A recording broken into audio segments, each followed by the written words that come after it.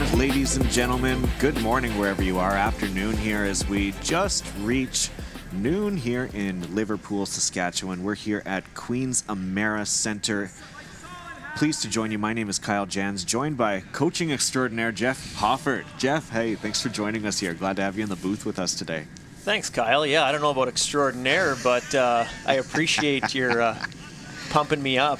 We always got to pump the tires of those who are up here with us, so I love being able to have your expertise here today as we get underway with the men's draw action. We have two excellent teams here. We have Team Fournier, Team Michael Fournier from Quebec, as well as Team Pat Simmons based out of Manitoba from Winnipeg Beach, Manitoba. These two teams going head-to-head right now. Simmons himself looking for a win here at this point, and Fournier just bouncing up off a win from last night as well. So two teams in two very different situations, but ultimately wanting the best as we get as they are chasing their Olympic dreams here.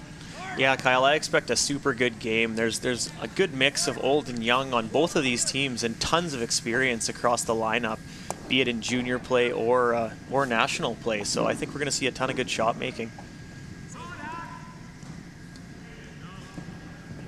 Can run you through the lineups here. We've got from the Fournier team, Michael Fournier. He is skip, but he throws second brocks. Martin Crete, who people will be familiar with, is a longtime Tim Hortons Brier participant. 9 Tim Hortons Briers to his name. He's throwing the third rocks. Felix Esslingen, he's throwing the skips rocks, and you might remember him from the past 2021 Tim Hortons Brier, as well as a few other events. A young up-and-coming superstar within France, or within Quebec. Wow.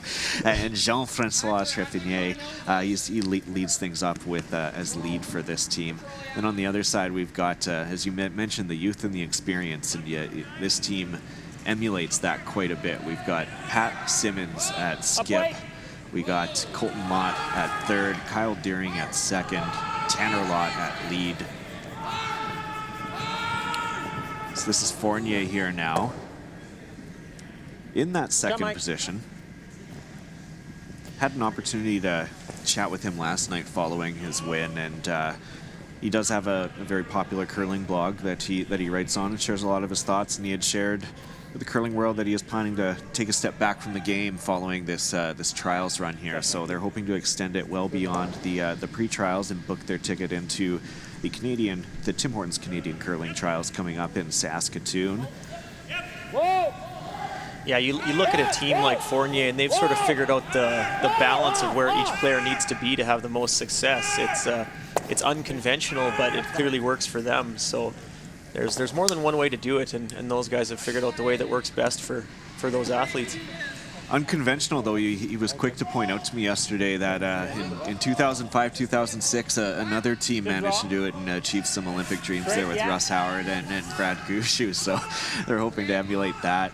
Having Felix actually throw the fourth rocks, that was something that they had been discussing even prior to Michael deciding to take a step back from the game. Ultimately wanted Felix, who many believe to be kind of the future of curling in Quebec on the men's side, to be able to get some reps in, throw some important rocks. And technically, Fournier thinks that Felix is probably one of the best curlers that he's ever seen curl. He can win games by himself, he said. And so getting him that experience this early on and at an event like this can go a long way in building that confidence.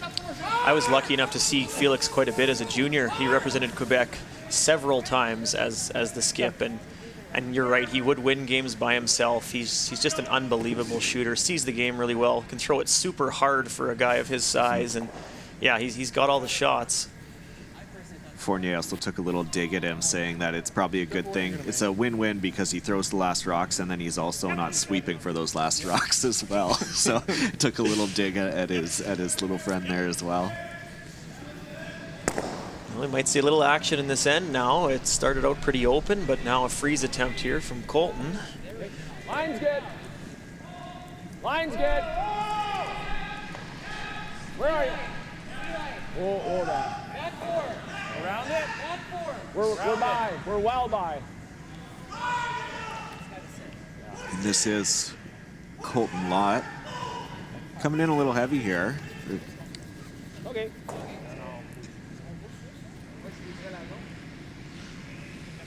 Opportunity knocks here for Team Fournier. Set up something and they might get a multiple here in the first end, starting with the hammer. I like the yellow. Freeze the yellow? Yeah. Okay. Just half in here. Genuine? Isn't that just a run back? Yeah, run back double. I like the freeze at the back. Yeah, I think so. Yeah. Can you go out turn? Yeah, out turn's good. It's been a discussion on what to throw here. Looking at a run back double and that type of thing, but ultimately deciding at the freeze here for this shot. Yeah, I like the call here. You're kind of eliminating that back yellow stone and making your own a little more hard to remove by freezing to this. I think this is probably their best chance to set up a multiple.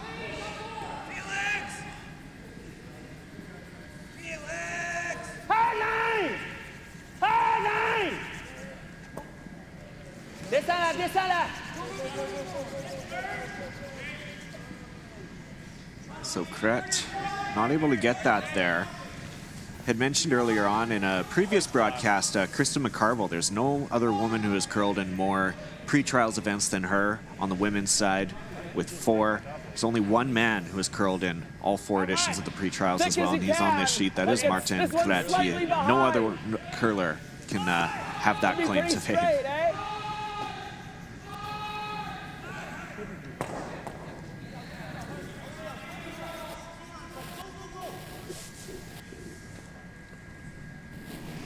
A lot back in the hack, and we're going to see some weight thrown on this. Looking to eliminate not 1 but 2 rocks. Real hard! Gotta go! Real hard, real hard, real hard! Okay. Punches it up off the side there. I think he got a little snug right out of his hand there, just a little tight. They couldn't quite hold it for him. I think this game will see Colton Lott's big weight ability quite a bit. Real hard. He throws it about as hard and as straight as almost anyone in the game right now, and you see that a lot when he's such a good mixed doubles player, and you can see all the time when he's in the middle, those middle 3 rocks, he's making run backs and big weight shots, and it's just incredible how straight he can throw those. He has 2 Canadian mixed double curling championship silver medals to his name, most recently out at the Bubble in 2021. He earned that with his fiancée, Kadriana Sahaidak. An absolutely phenomenal team. Went on to win a Curling World Cup event as well back in 2018-19. Freeze to it, we could run that. Try and run it and get lucky, try and 14-2, keep something covered. Okay. So it looks like Pat's just trying to limit the damage here, potentially just to give up 2. I like the call for the run back. It's probably his safest bet.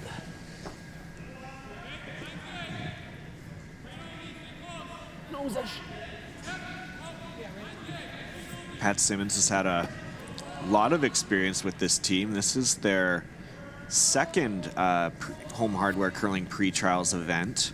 He had skipped this team in Summerside PEI, had a 2-4 record. Tanner Lott has since joined the team. It was Rob Gordon who played with them in 2017, and he's also here, actually on the sheet right next to them with Braden Calvert and his team.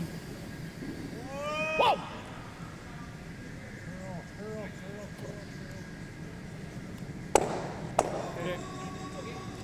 Clips 1 and mission accomplished. Do you think they would have liked to stick that, or was it basically just wanting to get that one out for damage control? Oh, he absolutely would have liked to stick it. If he ever could have hit it kind of square and left himself buried, it would have been a little more work for the Fournier team to get there too. Now it's setting up to be pretty simple, and if they can get this one buried here, top half of the house, you might see Pat throw the same shot or just hit the side one there just to limit the damage again to 2.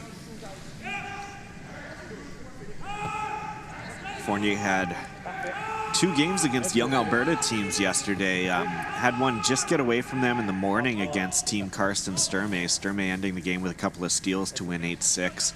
Bounced back though against Team Jeremy Hardy. Won 10-5 that afternoon as well. Good weight. Good weight.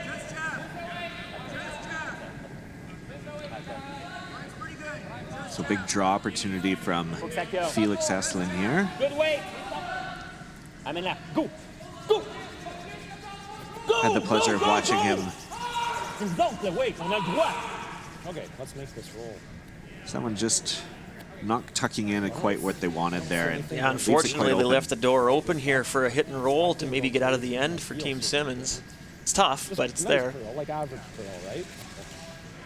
Just saying, had the pleasure of watching Asselin lead the team as Quebec skip at the 2019 Canadian Mixed Championship. This could be a little. Team won the bronze medal there. They're solid contenders all week, one of the strongest in the round robin, and That look okay? have a lot of potential.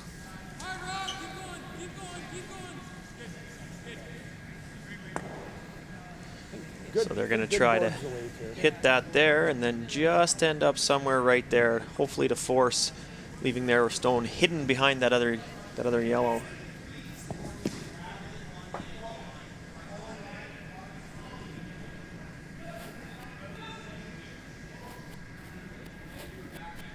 Pat Simmons here throwing his final rock of this first end. Draw 8 at the 2021 Home Hardware Curling Pre-Trials. Good board. Go. Go. Go. Trying to work this one in. Just hits that to the outside. So we've seen an over curl on that side of the sheet from Martin Kret and then 2 under curls in a row. So I think the teams are just trying to figure out that side of the sheet or the entire sheet at this point, given it's the first end. Fournier and Asselin taking a close look at these. They've gone back a couple times. And say from our screen, it's hard to tell because you don't know exactly where the camera is over the sheet.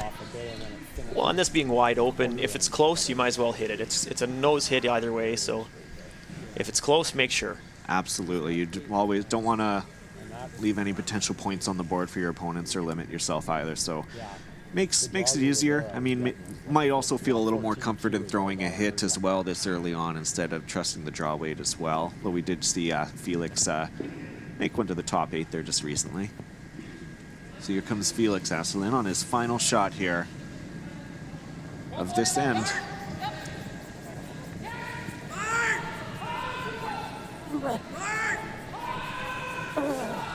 Really holding this.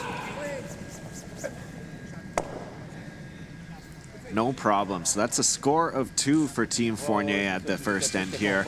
Take a 2-0 lead, and Pat Simmons will have the hammer coming into the second end.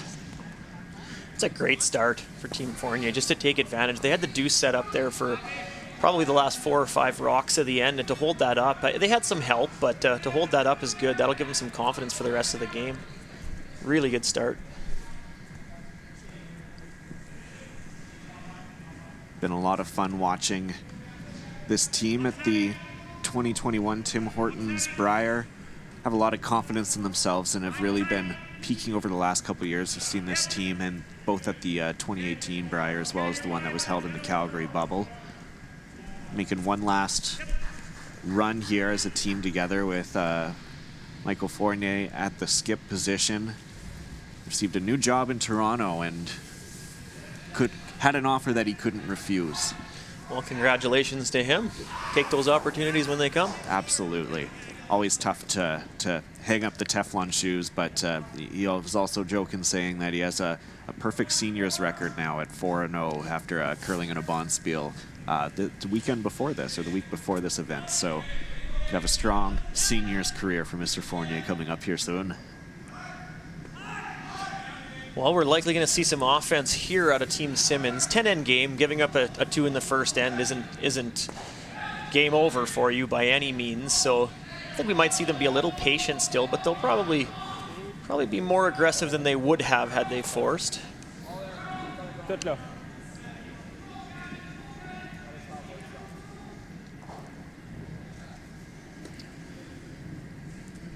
Good, Jeff. Fournier team putting this one right to the back 4, and as you said, they're looking for an aggressive end, and we see the corner guard come up, no problem from Pat Simmons here.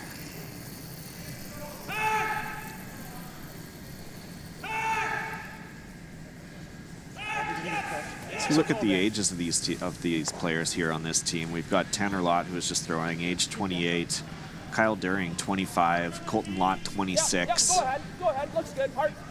When Colton Lott and Kyle During were playing in juniors in 2016, winning a gold medal there, as a matter of fact.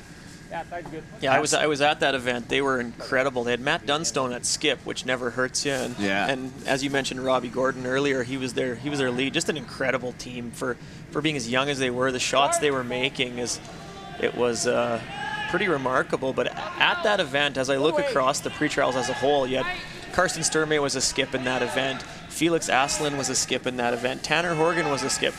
It was just loaded. So, and you're seeing all those guys now take the jump up into men's and having success. Tardy not far removed from that. He was also there. Yeah, he was also there. Yeah. And then that year in 2016, Pat Simmons skipping Canada at the Tim Hortons Brier. So there's that age and that experience there. 46-year-old Simmons being a good mentor to this team. And that's a great point. Like, if you look at all of the young guys on this team, they see the value in having that mentorship. They're just on the cusp of breaking through themselves, and bringing in someone like Pat Simmons to maybe show them the way into men's is just a really, really good idea. Pat's made all the mistakes. They don't need to make them themselves. He can teach them to them. Teach them how to avoid. So that's Tanner Lott on his. They were attempting to draw to the wing, but that one coming through, just stopping at the back line. That may show up worse as the game goes too, right? Just because it's the same as when it gets warm in, it starts to really show, right? So, yeah. Mark first, I'll overcut after. Push on Mark.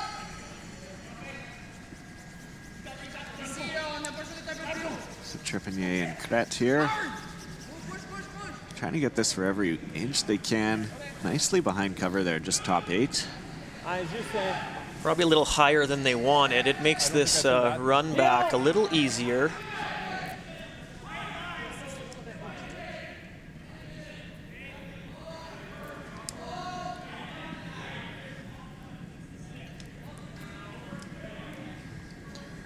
This is Kyle During, Community Relations Officer at the Winnipeg Humane Society. Yes! Roll it, any roll. Cracks one, gets one over. It's better than it was. Pretty good shot there by Kyle. Those are a few of my favorite curling sayings. It's better than it was. Don't hate it.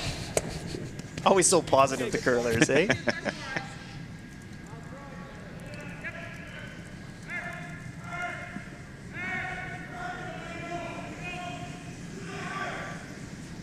See Team Fournier try to plug up the middle here, and Team Simmons try to bring it further to the outsides, given they have the hammer. 5-rock rule makes that a little tough, but it's always the goal for the team with the hammers to spread things out a little bit. Don't get the middle so congested. You see Team Fournier doing everything they can to make sure it does get congested.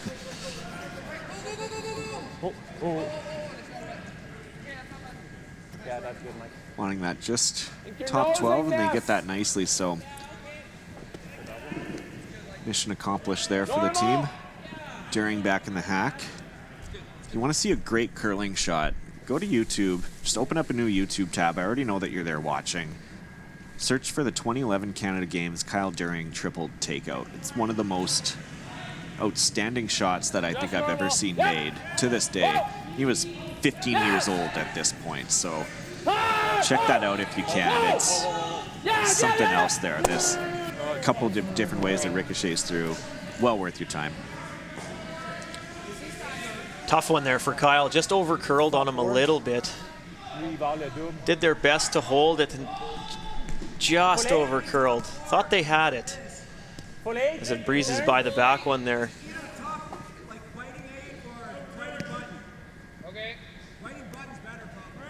Parfait. Mais parce que le 2 va être extrêmement difficile. Non, je pense pas. Lui, il va y aller dans la It's Martin Kret now in the hack. quasiment droit tout le temps. Maintains his position, throwing the third rocks here.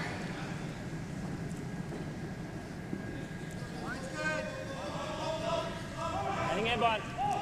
La ligne est bonne. Et tape d'autres. Just for weight. Line's real good. Top button. Go here then. Go. Top it, okay. Oh. That's good. So Felix trying to give it a few extra strokes there, but Fournier happy with where that's at. They guess they didn't want that one going in too far either. Yeah, they don't want to bury it too much. They want to be able to use it and make the, like, it's time to bail for Team Simmons, so they kind of want to make things that a little more difficult. Try and stick this. Sure, okay. We'll see the high hard one here from Colton Lott. As we mentioned earlier, this is a specialty for this young fella. And the best part about this is he doesn't have to get up to sweep it right after again.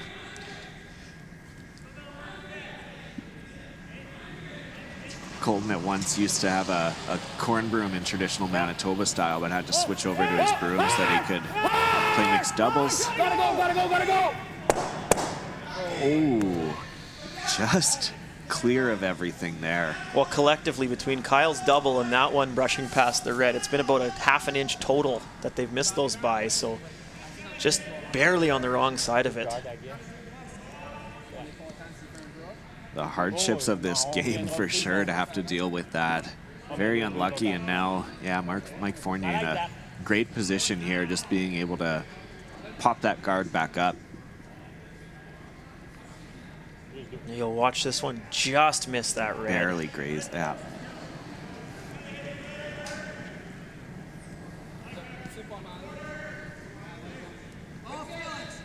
Patient, Félix peut-être. Félix peut-être parce qu'on est large.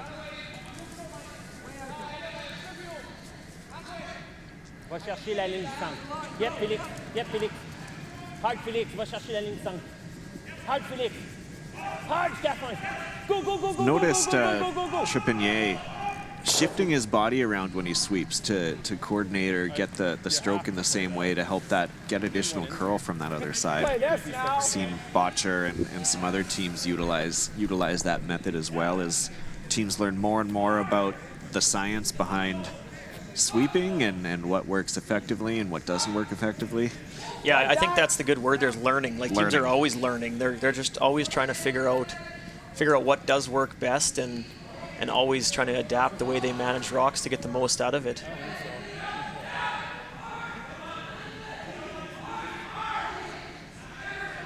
So that one doesn't curl up enough now.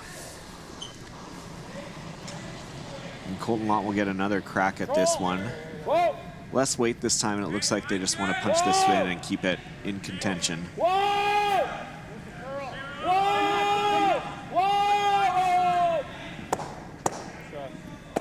Excellent shot.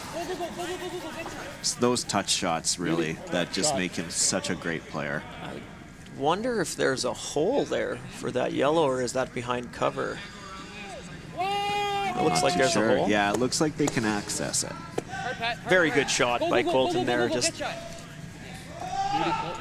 it's sometimes when a player is so good with the big weight, we forget how good they are at the touch shots as well. Like Colton just displayed, he's got all the shots. He's not just a thrower of runbacks. He's also not a one-trick pony. Not at all.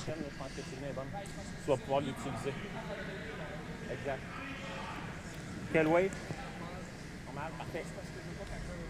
Non, c'est parfait. J'aime ça. Let's go. So here's fourth rock thrower Felix Esslingen.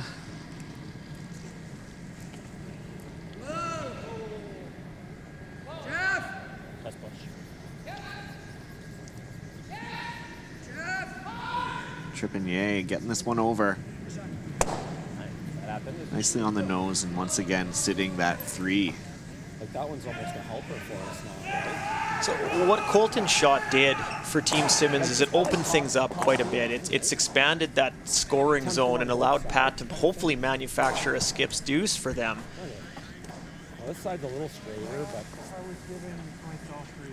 You overheard Pat say that red one might be helping us. I think he's referring to this stone right here as being something that might aid them as a second guard. So if they can end up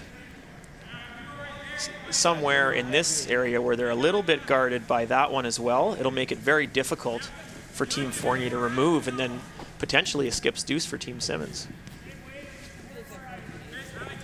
My colleagues Al and Andrew have had numerous games trying to figure this out, and you've already shown us up in two ends of play here using all those different shapes and arrows. I had a good teacher. So let's see what Simmons can do here.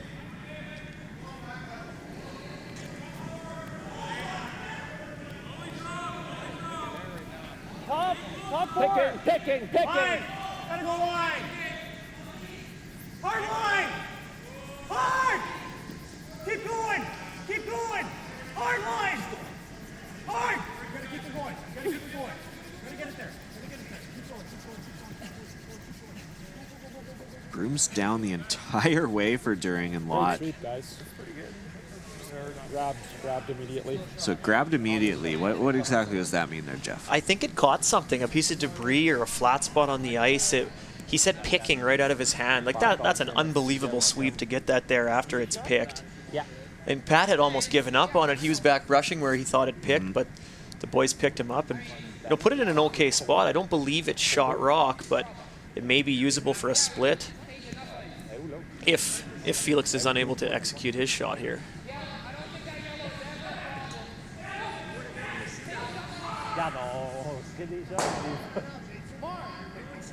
More. Je veux plus de glace, enlève-en pas. Je dis plus, il y en a même Three line, point du piton.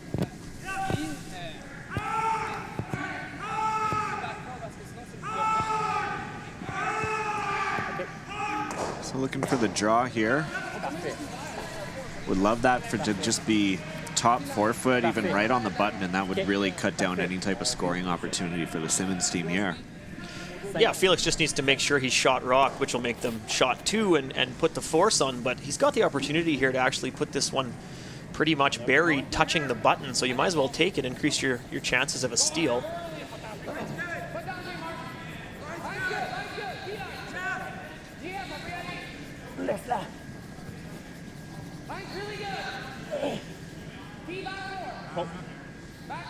Mais là, descends là, moi pas de laisser le double.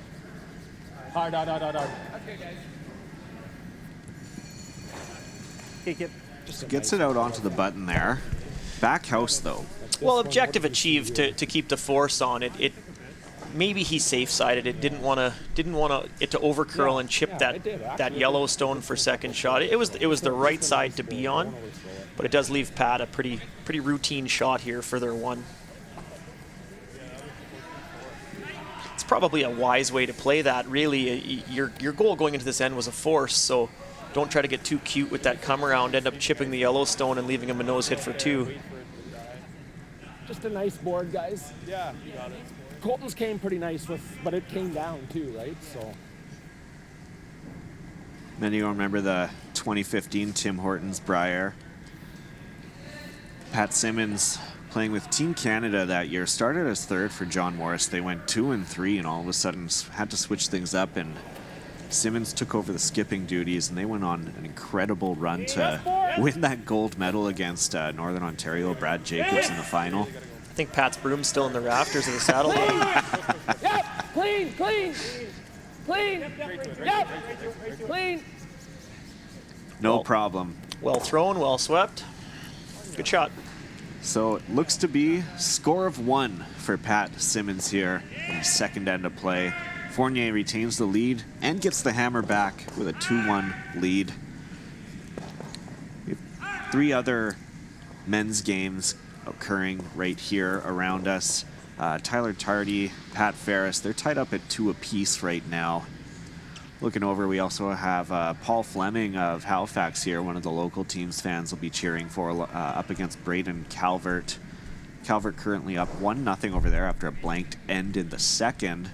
And Colton Flash picks up a steal a 3 by the looks of it in the second end to lead 3-0 over Sean Grassi of Winnipeg.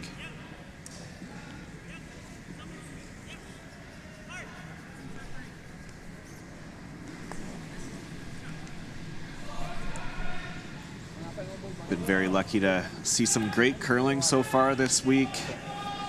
Welcome some fans into the stands once again as well.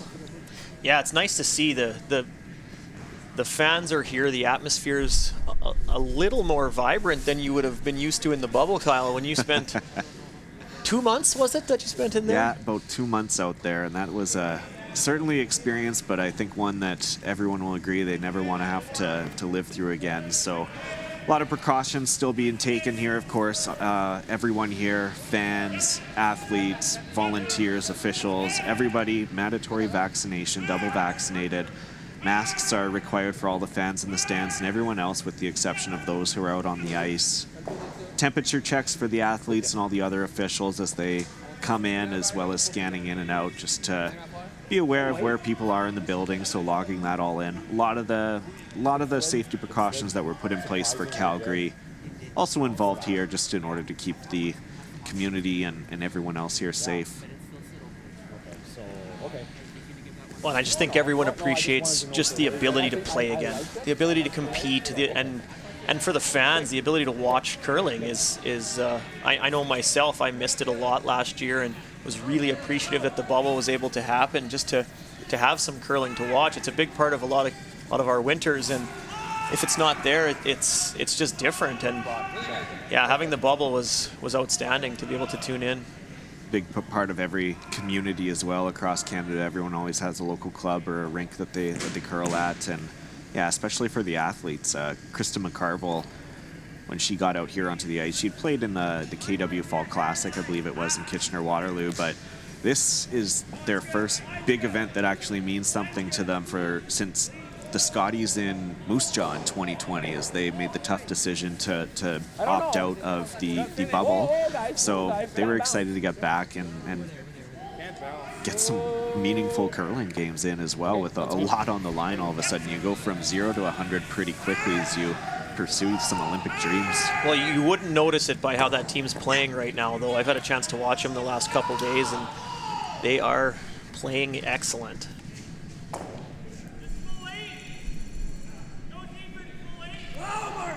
So this is Jean-Francois Trepanier. Well, we're going to see the freeze stack in the middle here. Made shots so far. It seems these two teams aren't afraid to mix it up a little bit from what we've seen in the first two ends. Certainly no banking of time, no blanks yet, although not all blanks are created equal, as we know. And even in last night's game, we had Calvert and Flash playing each other. It was a 3-2 final, but not by design necessarily. There were a lot of freezes, a lot of nice run backs made, and a lot of great execution in order to have those blanks in the first place. Well, you see, like, if there's a stack of freezes in the middle, or if the rocks are condensed, with these live houses and lively rocks, you're one shot away from the blank almost at any time with the big weight of ability here. And Deering sneaks it by, and there you go. Just like that, we see all three of those rocks going. Left his shooter in a really good spot there, too. I think it's about half behind cover, so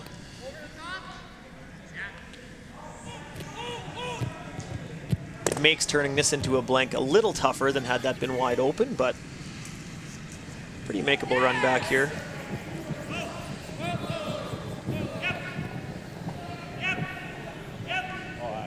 Just got away from him a little bit. So that leaves it open here. Looks like Simmons will want this one to be about a halfway center guard. Yeah, the depth of this is important. You want it to be far enough away to make the run back not so simple, but also close enough that you can't just come around it with the ice that curls like this does to remove it. So these guards are precise. They're not as easy as everyone thinks they are. It's still a combination of weight and line because that depth is so important. Line's good. Line's good. Hard. Hard! Hard for line! Hard for line! Keep going! Little more, little more, little more, little more. Go, go, go, go, go, go, go. Good gosh. So the Lott brothers there, Colton and Tanner, switching over to get onto the same side, trying to push that one over as much as they could to the center, but leaves it slightly exposed. Yeah, just proof in point there that putting it right on the X and a precise guard isn't just as easy as lobbing one out there. It takes the same amount of precision that a freeze would or any draw in the house. A lot of respect for the, well, Kyle's not a lead, but for the leads who do that for the front end, for anyone who has to put a guard out there. Hack waiter here from Fournier. Well done. Good shot.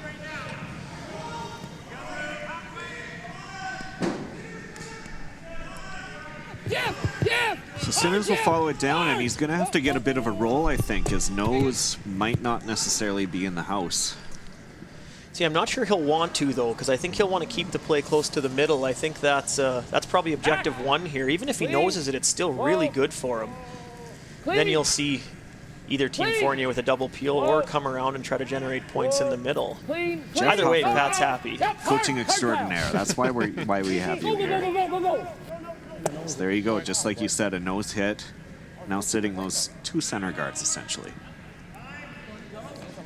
Top four. Est-ce que la meilleure façon, c'est d'aller autour de...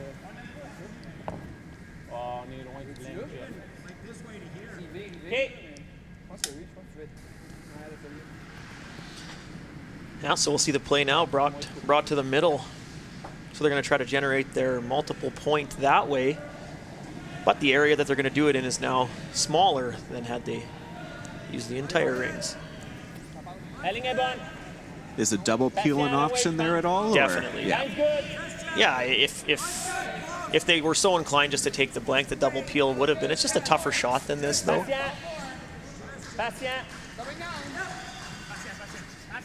And we're into third stone, so making your move now is good. Especially when you can have a draw just like that. Martin Krat putting that in a very nice position. I had 14-3.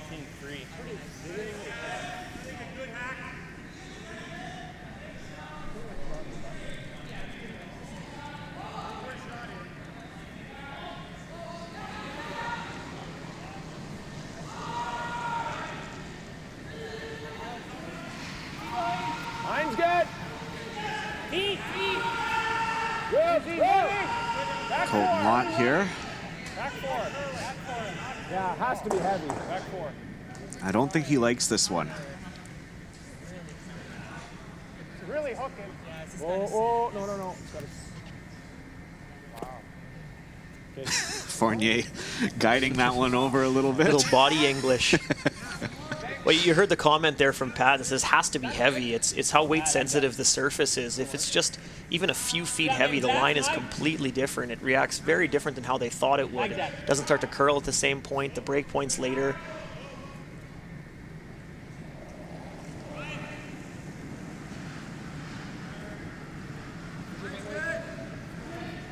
Opportunity here for Team Fournier. No. Looking to draw this one in, and I'm guessing use that yellow as some backing or a potential catcher. Yeah, unfortunately, the Lott stone is deep there, and which can be used as something to freeze to and get in the way. Great shot. Second shot as well, outstanding, really good. Sounds cliche, but I don't think that rock could have been placed any better. Nope, not a chance. It was perfect. Good. Yeah, frozen in there now. Now that top red is not going anywhere on this shot for sure. Simmons' team will be looking to... I think if he throws something with a little quieter weight, maybe a back line or something, just to release that back redstone and stay on top of the top red, he'd set him up with something he can potentially use later. This would be a lot more of a setup shot for his next one to try to get that force, but... Well, we're just trying to tap it to the back 8, back 12. Not sure if you could hear that, but Simmons saying, want to tap that back red one to the back 8, back 12. So that would definitely open things up, put 2 yellows in that 4-foot zone as well. Yeah, allow for potential on the last shot.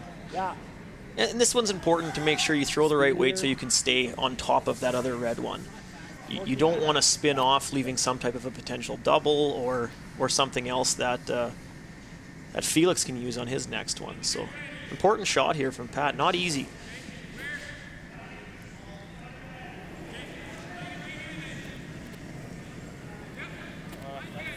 Yeah, go ahead, Ben. Go ahead, Ben. Yep. Go ahead. Yes. Hard. Hard.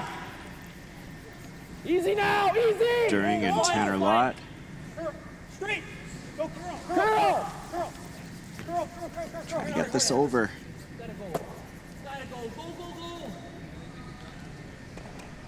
Speaks to how difficult that shot was. He was even a little down weight and it still didn't come up enough. They were calling for curl at the end. Just an incredibly precise, hard shot. Centimeters away from perfect, but looks like we'll see a draw to sit 3 here from Team Fournier.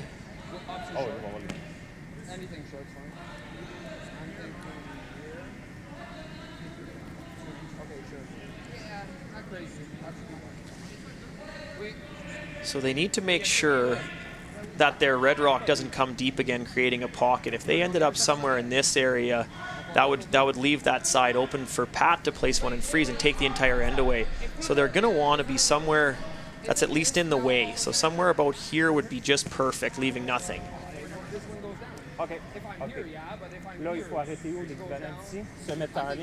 It's like they saw the target on the sheet there, and that's exactly where they placed the broom. I got that one right.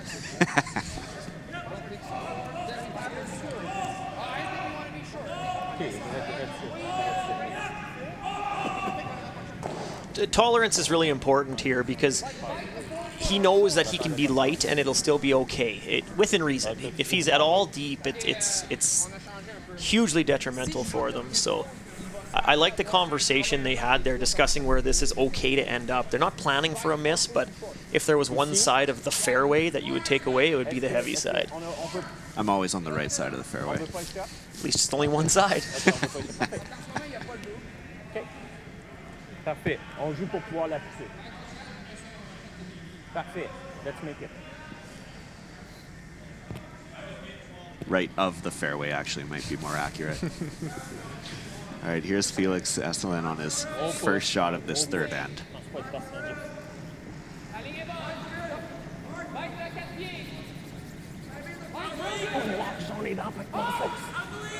They're sweeping this one hard. Big sweep here. Look at Trepanier go. Cret.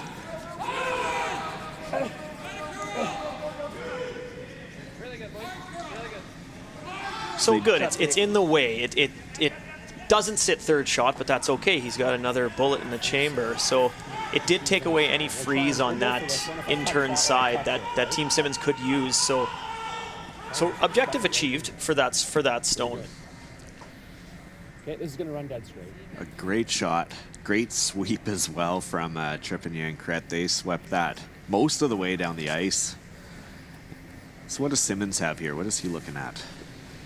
Well, he's got the broom there on the outer side. It looks like he's going to throw some weight, and he'll try to hit what he can see of that back yellow stone and run it directly into the red and leave it behind all that stuff. Extremely difficult shot again, but not terrible either, he right? doesn't have much. So The back one's better. Especially when he's going to have to throw some weight this shot too, I imagine. yeah, if he hits the broom here, he'll hit what he can see, and it should go directly back onto that and plant directly on the back red one at the back of the 4-foot behind all that cover. So it could be an end saver here. Big shot for Pat Simmons on his last year. Third end. Yep. Whoa. Whoa. Yep. Yep. Whoa. Oh. Good. Second. Unfortunately for Pat, it just spun away, leaving him second shot, but great shot. That was a field goal all day if that wasn't missed. So Good shot. Could have been very detrimental for sure. And yeah, you can see right at the end there, right as soon as it crossed the hog line, that's when they've got the sweep on. You just see that spin to the outside. Just to fall out of reach, but very close. Yeah, it's a bit unlucky that would spin, but he'll take that all day. It's basically a point off the scoreboard making that. So looks like Asselin's going to try to bump the shot that he threw before up into second shot for their 2 points here, based on where the broom is.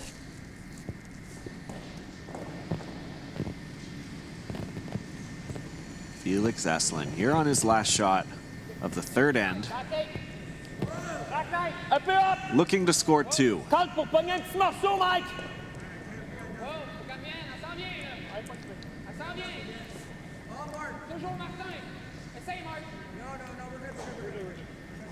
N'as-tu bon angle? No problem for Felix. Not a lick laid to it. Time off for the sweepers there. Pretty good. Especially after that last one. So Mike Fournier and his team pick up 2 points here. Take a 4-1 lead against Pat Simmons. Well, it was interesting how that end went when everything shifted where Michael Fournier could have chose to take the blank and make the double peel. He decided to bring the play into the house and make the come around. So what that meant is that next shot from Colton Lott was ultra important. That freeze had to be made there in order to shrink that scoring zone and make a really, really small area for the second point to be made. Unfortunately, Colton's ran a little straight on him. Maybe it was a hair heavy, but that opened the door for the multiple score there the entire time. It's just that one shot sort of swing at that point in the end was what did it. And if not for Pat making an amazing shot on his last, it would have been even more. So. They were certainly looking at a 3 at one point, but yeah, big shot from Pat Simmons to eliminate that. Mike Fournier, though, his team from the Glenmore Curling Club, must be very happy with this start so far. A 4-1 lead. And full credit to those guys. They're making the shots they call. The broom's going down with, and they're making the shots with precision, and they're brushing it well. They're just having a really, really good game as a whole. Like, judging by the stats here, it says they're 93% as a team, which is outstanding. You don't lose very often when you're shooting those kind of numbers. Statistics say yes. Yeah, we look at that. 93%, 94% just updated as a team. Felix Hasselin throwing 96%. 3 team members shooting 96%. And Hasselin, Fournier, Jean-Francois Trepanier, and like Martin Kret at 88%. He's still throwing a good game too with that. Yeah, last on the team by a lot and having a good game. So it's a good problem to have. Firing on all cylinders as they bring this one into the top 8. I think with a 3-point lead, they're not going to want to see too much out in front.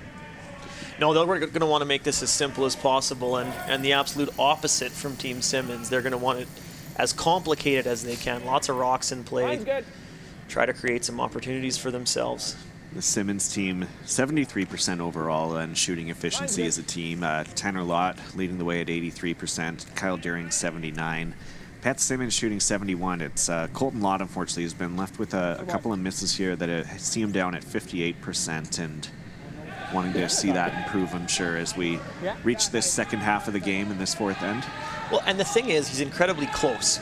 He's been really close on all of his, and it's only the fourth end of a 10-end game. There's still lots of curling left in this one, so if he just kind of sticks to what he does best, I see that number going well up.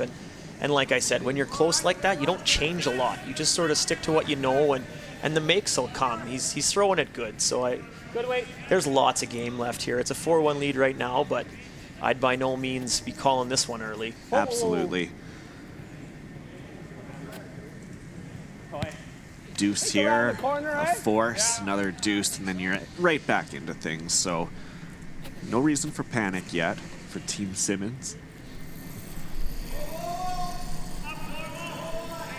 A few scoreboard updates that we can give you here. One sheet over, Braden Calvert has a 4-0 lead over Paul Fleming. He just scored a 3-ender in the third end. Colton Flash leading Sean Grassi 3-2, so he had stolen 3, but Grassi replied with a deuce in the third as well. Little separation. And then Pat Ferris leading Tyler Tardy 3-2 at the moment. Looks like there's another 3 steal over there on the Calvert Fleming sheet. So a couple of 3 steals in this draw so far. Calvert having a close game against Colton Flash. Flash who remains undefeated. So the Calvert team 0-2, looking for their first victory, and so far so good for them. Yes! Wade's good. Yes, line! Hard line! On est là en masse. Juste la ligne. Hard! Go, Jeff. Keep corner! So that's the pivotal rock with the 5-rock rule, is that seconds first stone when you're trying to defend a lead. Is where do you put it? It's hard not to create some offense for the other team. You run out of room. I kind of like this. This is my thought. But then he's probably doubling up. So we see that happen there, clip off, and it does set up Fill it in. at least a hit and roll opportunity or a double here. Yeah, I think the hit and roll is the way to go here. You'd want to end up on top of that red. I Just don't love that. Pretty good. that's a pretty skinny just a double. nice So board. yeah. So board weight here for Kyle During. Sitting it on top of that shot stone, while it might not be shot, can certainly be used later on in the end, as that one red one in the top 8 would be in a danger spot. Yeah, they don't count the points up till the last rock's thrown, so being patient is sometimes really important, especially with hammer. Yes! Hard. Hard! Hard. Really gotta go. Whoa! Whoa! Good. That's shot. good, yeah. Gets that one on the beak instead. That's a fine shot. It's just an extra corner over there for them. With those other 2 are a pretty easy double peel right now. So that one's gonna be there in the end if they do decide to peel at some point. So not exactly the shot they called, but that's okay. Tolerance, such an important part of this game. Was hearing that term a lot when I was with some of the commentators at out in Ottawa at those direct entry events as well. The tolerance of a shot, whether you miss high or low, and where that tolerance exactly lays, is such a crucial part of this game.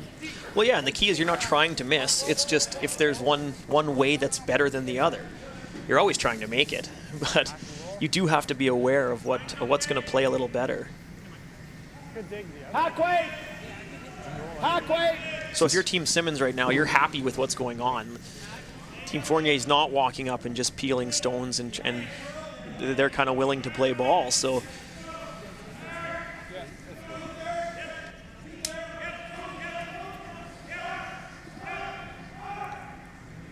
Good opportunity here for Daring. there's lots of cover he can roll behind over there. Hair big! Clean! Whoa! Clean! Whoa, whoa, whoa, whoa! No. Really hard! Really hard! Really hard! Keep going! Tanner Keep Lott going. trying to get that over. Atta boy. Great shot.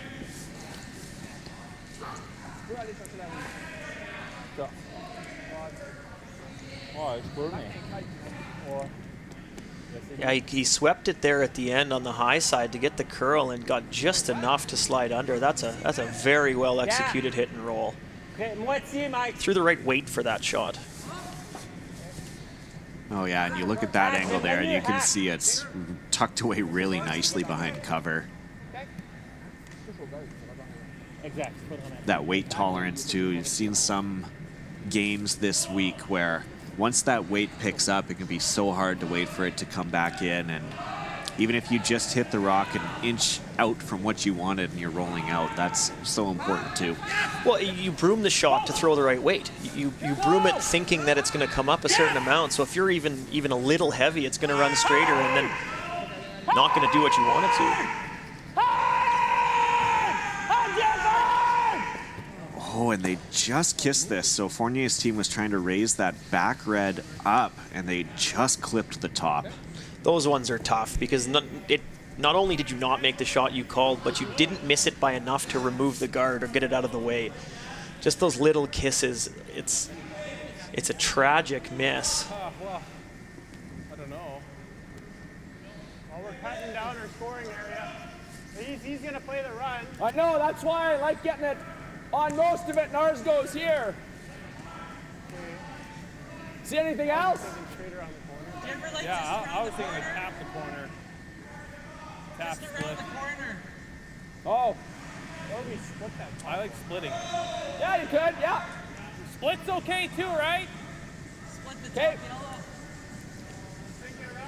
It's probably got to be T-line then. Great conversation here. A couple of options presented. Either the corner freeze on that red rock in anticipation of a run back that would then send that yellow shot rock or the shooter rock out into the wing, but looks like they're just going to decide to put one there in the first place.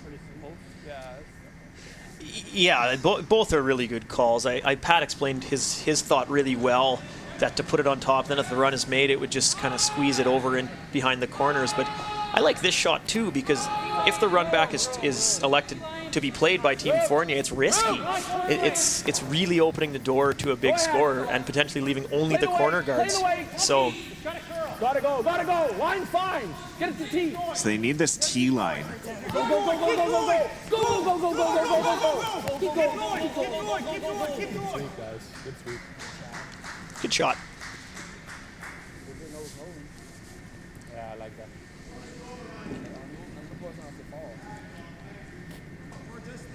Yeah, like the race. That's okay. We nose. It's good.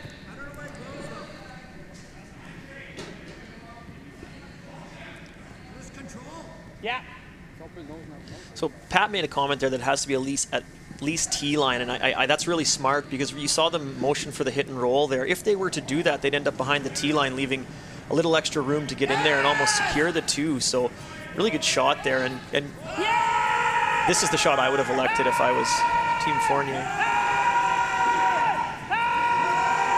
Looking to get this on the beak.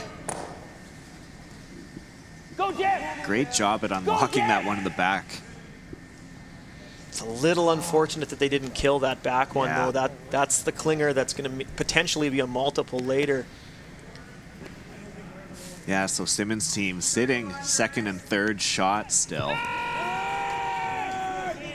Did it. In a good position to be sitting three after this one. Go, Jeff! And two of which behind cover if this hit and roll can be made. To not leave a double. I mean, if you could make the under, is pretty darn good. It's tough, I though, think we right? lose the back one. Okay, board. True. Let's roll away. Yeah.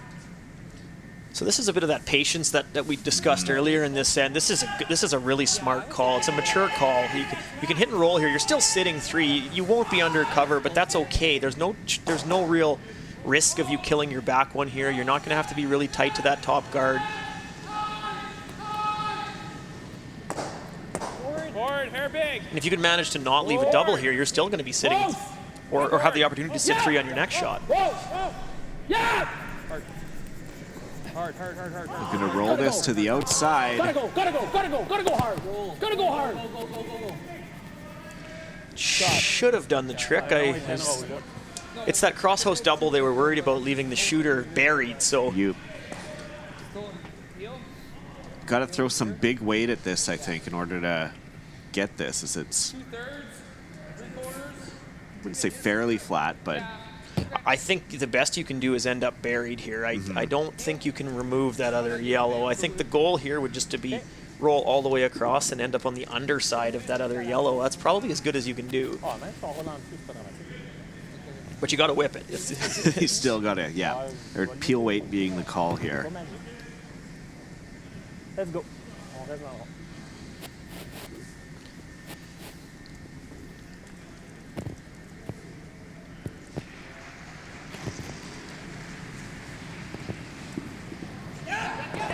Big weight from Felix Esslingen.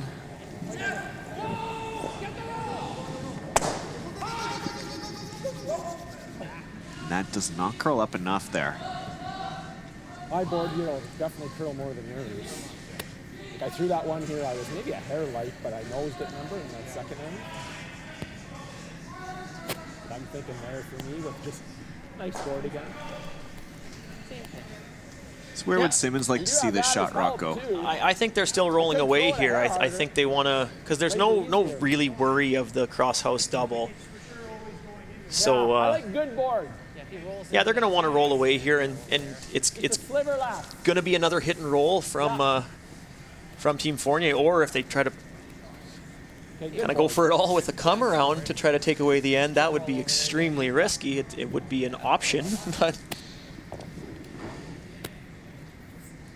it's been a very fascinating end so far.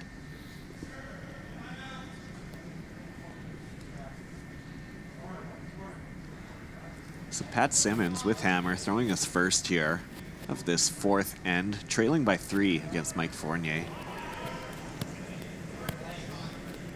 Good board. Easy. Easy. Firm. Solid. Girl. Yes. Straight, straight. Whoa. Yes. Hard. Hard, Jacko. Very good.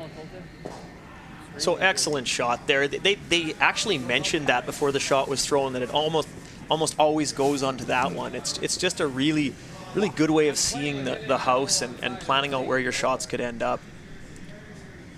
Does that take away a bit of a hit and roll opportunity too, or would they still want to play on that one at the wing to at least eliminate something and try and get it behind cover? Boy, it definitely takes away the hit and roll. If they were to hit it on the high side, there's that jam potential, and you might leave 4 in play. So it's that's just an excellent shot by Pat there. Well called by the team in general.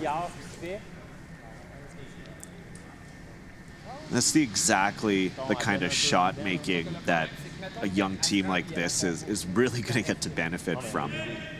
Well, and just the seeing those types of shots, and not that they wouldn't, like not that the younger guys wouldn't see that shot, but it's that experience in playing so many big games and so many ends that someone like a Pat Simmons has been a part of is doing nothing but helping you. It's great patience from the team. So Felix is looking to play the roll off this one here. Jam potential, I guess. Where do you have to hit this about in order to make sure that yellow will at least go spinning out? It's likely it'll spin out almost regardless. Anywhere. Unless you hit about a quarter rock of it, but he's going to throw this one pretty hard. So there is a potential always. There's risk in this, but I see this one coming down at a pretty high speed, so it'll likely spin out unless he hits a thin quarter or something where it dead jams. We'll need to roll this quite far. Doesn't want it to be too open, so here's Felix Esslingen on his last. That's close.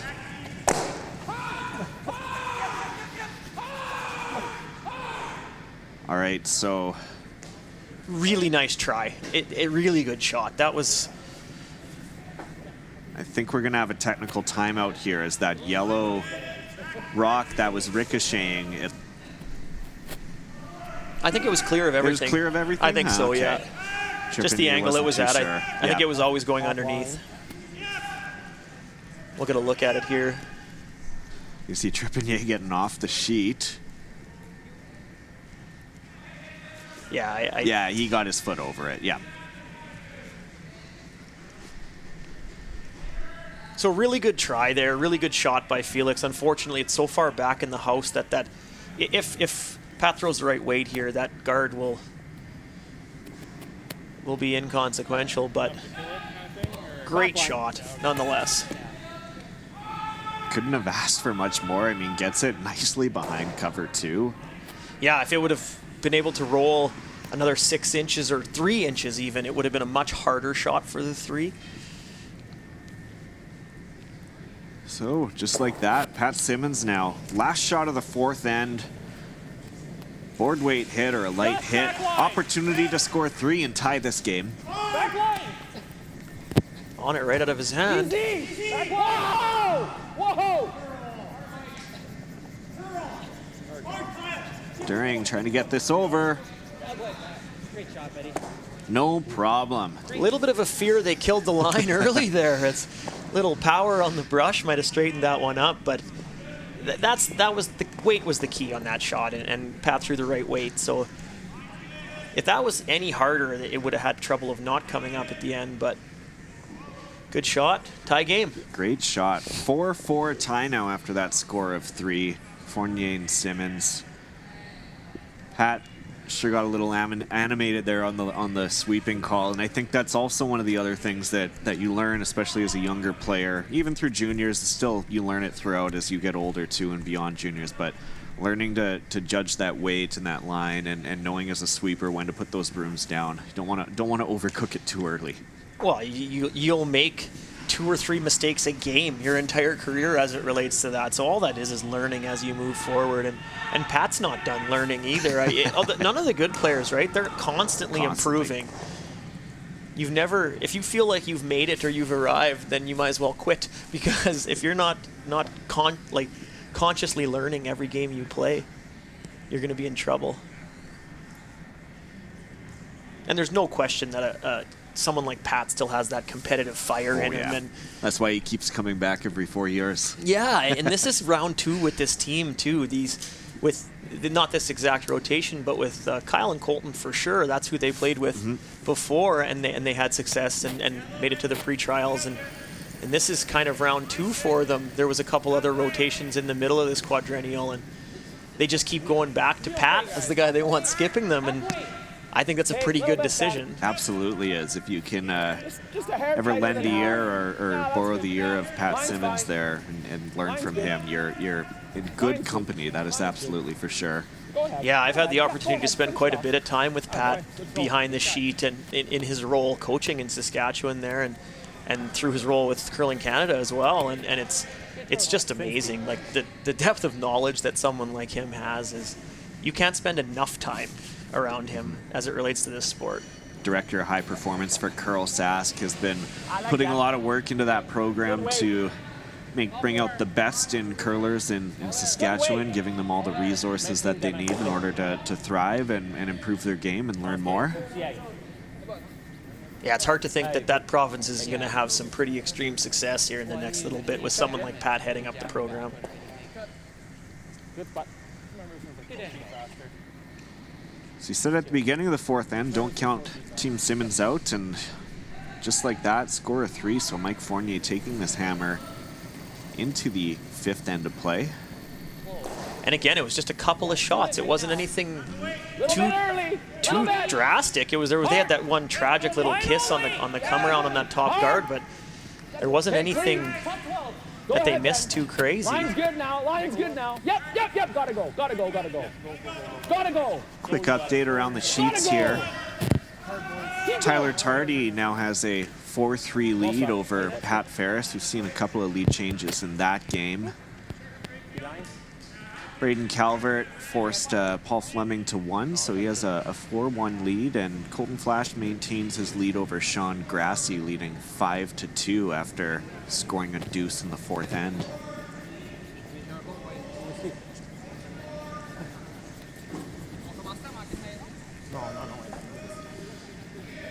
So it looks like our action is going to continue on our sheet here. These teams are just not afraid to go after one another. It's been really exciting the entire way through. They knew they were the feature sheet, so they wanted to bring it on maybe. But dialed up for TV.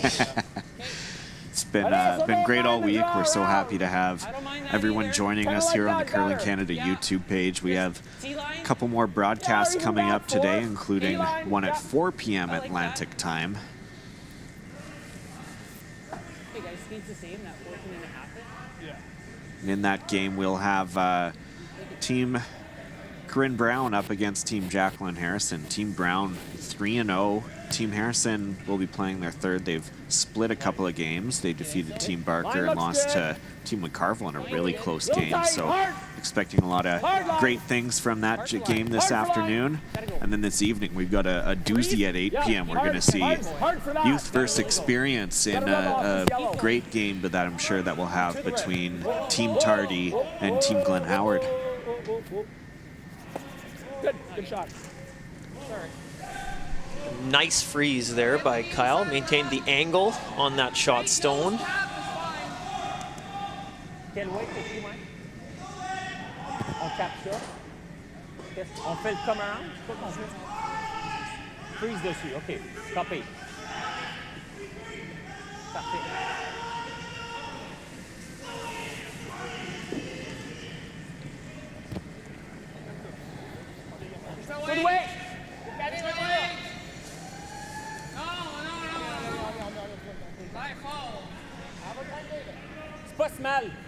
So this is a similar spot that we saw in the third end.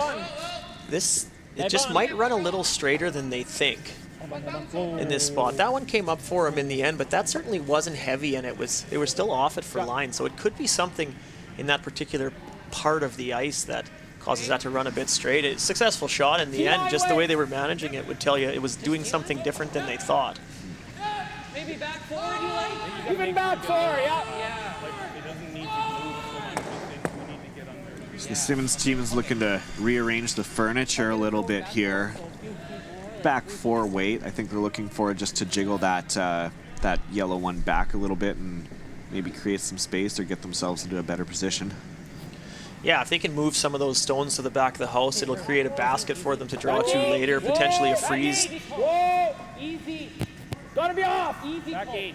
Gotta be off. Back 4. Stay close. Gotta be off for line. Easy. Back 8. Whoa. Down. Can't. Back 8. Can't yet. Can't for line. Angling your way. How does that run like that? Okay. So there's another example of that particular spot there. It might be tricking them a little bit, just how straight that one piece of ice is.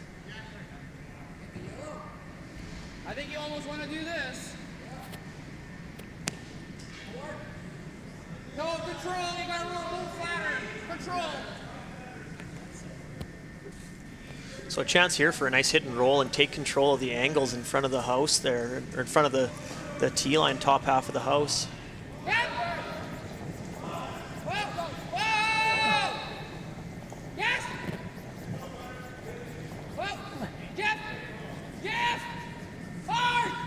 Trying to work this over now. Beauty. Look to be very happy with that.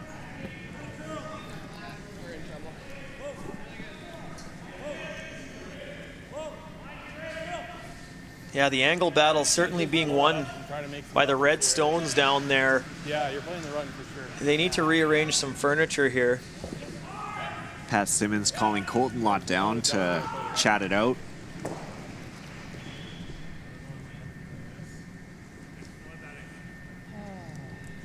So we could see a lot of rocks fly here. If they make the run back onto their own yellow, you're gonna lose a couple of yellows for sure. You're back 8. They'd likely want to clip the red one first if they could. We'll see what happens here. It looks like they might actually play something soft in the end. You'd be around a lot of cover if you could actually make that in turn around everything. If you hit this one though, it's like nothing goes. I don't know if that's very good either. Right? Timeout. All right, so we'll get a timeout here. Jeff, why don't you walk us through what some of the options are? Well, if they were to hit this yellow one right here, they would likely lose this stone out this way, and then these reds would come down to that one, and they'd lose this yellow as well. And if anything, this might squeeze out this way. It'd be unlikely that this red here would get clipped. So they might just lose both yellows and leave red sitting 4, which obviously isn't ideal. Like what are we accomplishing with that? Like, so we're running it into here. No, into this. Into one of these. Yeah, okay. So that's your better outcome. At least then you'd be able to lose.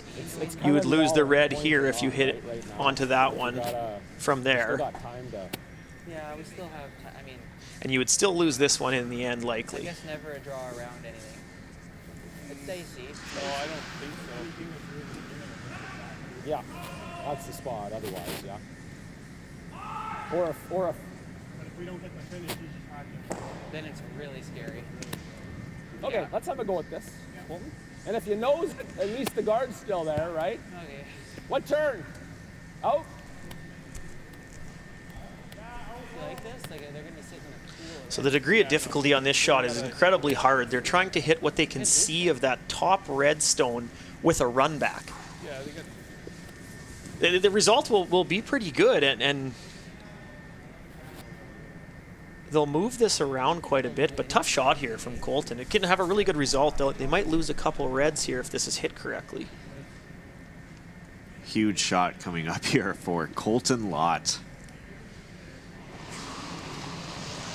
And we'll see some weight thrown. Whoa! I don't think I have enough arrows to display where all these are going to go. Really good. Yeah. Really good shot. Even catching on that one back there. Not that it might have a big impact, but... Well, he had so little of that stone that he ran it into that it went straight sideways, and he didn't lose his back yellow.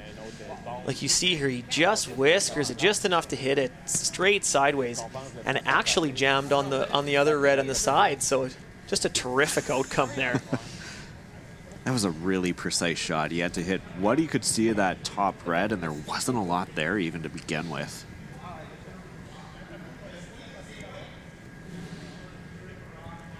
They went from in trouble big time to in a pretty good situation now with one shot. So well done. What were we saying about Colton being the lowest on the sheet? Yeah, well, that's exactly it, right? So much for that. One shot can change that absolutely. It's the yellow rock that jammed. We will see Martin Klet chase after.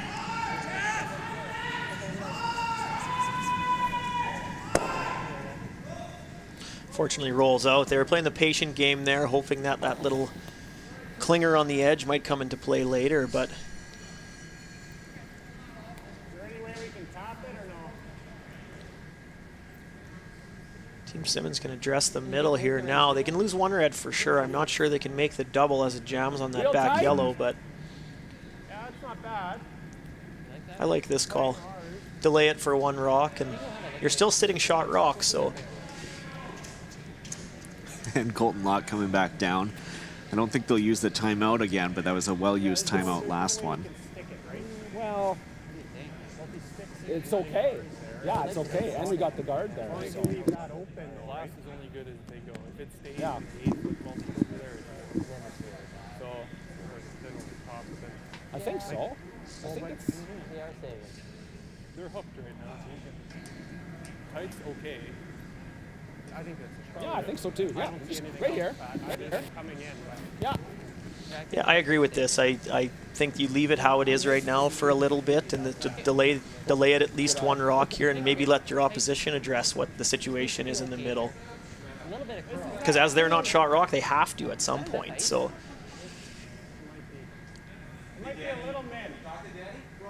They want this to be just in front of the house, tight in that 3 zone, I'd say. yeah, just tight enough that they can't come around and tap. That's why they would like it tight, so they can't play that out-turn side and tap and rearrange the angles. They have to actually address the guard and use it. Tight. Tight half. Tight. Tight. Halfway. Tight half. Doesn't need to curl. Okay. Half. Just clean. Whoa. Whoa. Whoa.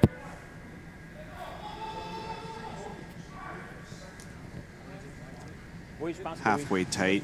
You may have noticed the red lights flashing on that stone there. These are new handles that are being tested out at this event with some new technology and still a few kinks being worked out. So players going on the honesty system, much like that they did at the Scotties Tournament of Hearts, as these rocks continue to be tested for the time being. Yeah, it looks strange to see a red rock or a rock that's flashing red going down the sheet and not get pulled. So that definitely requires an explanation. Yes. Okay. Sure, keep something in the end. So they're just going to try to rearrange the angles here a little bit, jiggle things around. The stagger on those two reds is actually harmful to Team Fournier, so they want to adjust this with just a little tap to give themselves some options on skip stones.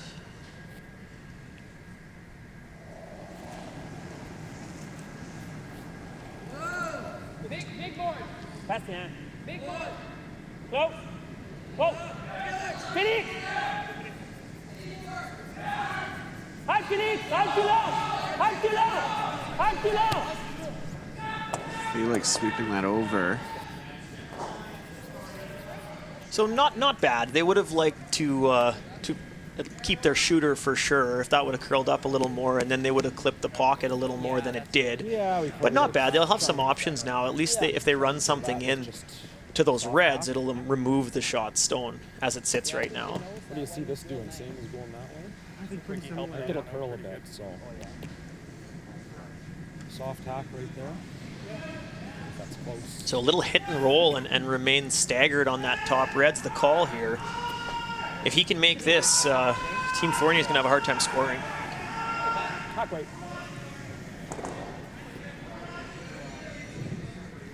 Hack weight? Just nice hack, yeah. Yeah, just right on the beak, right? Yeah, yeah. They're on the Or inside, I heard. Yeah, Right. they're on the inside. Looking to hit this just a hair inside. Soft weight. Expect to see about hack weight here from the Simmons team. As he throws his first of the 5th end here.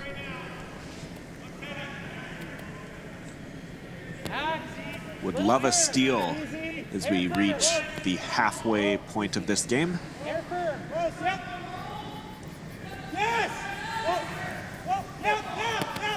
During and Tanner Lott get it through the port. It's a great shot. Just like they drew it up to. Well, when you hear the on-off from the sweepers, you know it's close. So even if you don't have the best vantage point, that usually tells you something. And yeah, again, he couldn't have walked that down the sheet better. That still maintains the stagger on that red rock and is in the way. Good shot.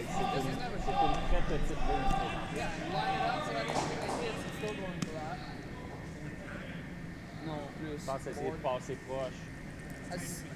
Dès que ça. On est capable de défaire le fil de jaune.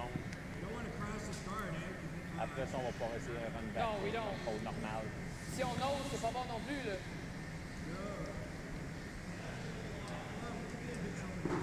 Hey?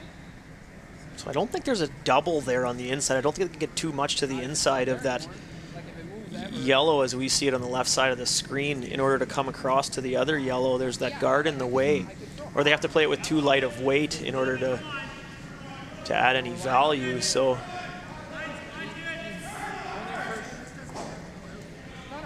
now they're talking about just tapping instead, which still puts their red ones in the same position, which works the same basically, assuming they'll have to run something into those reds in order to score.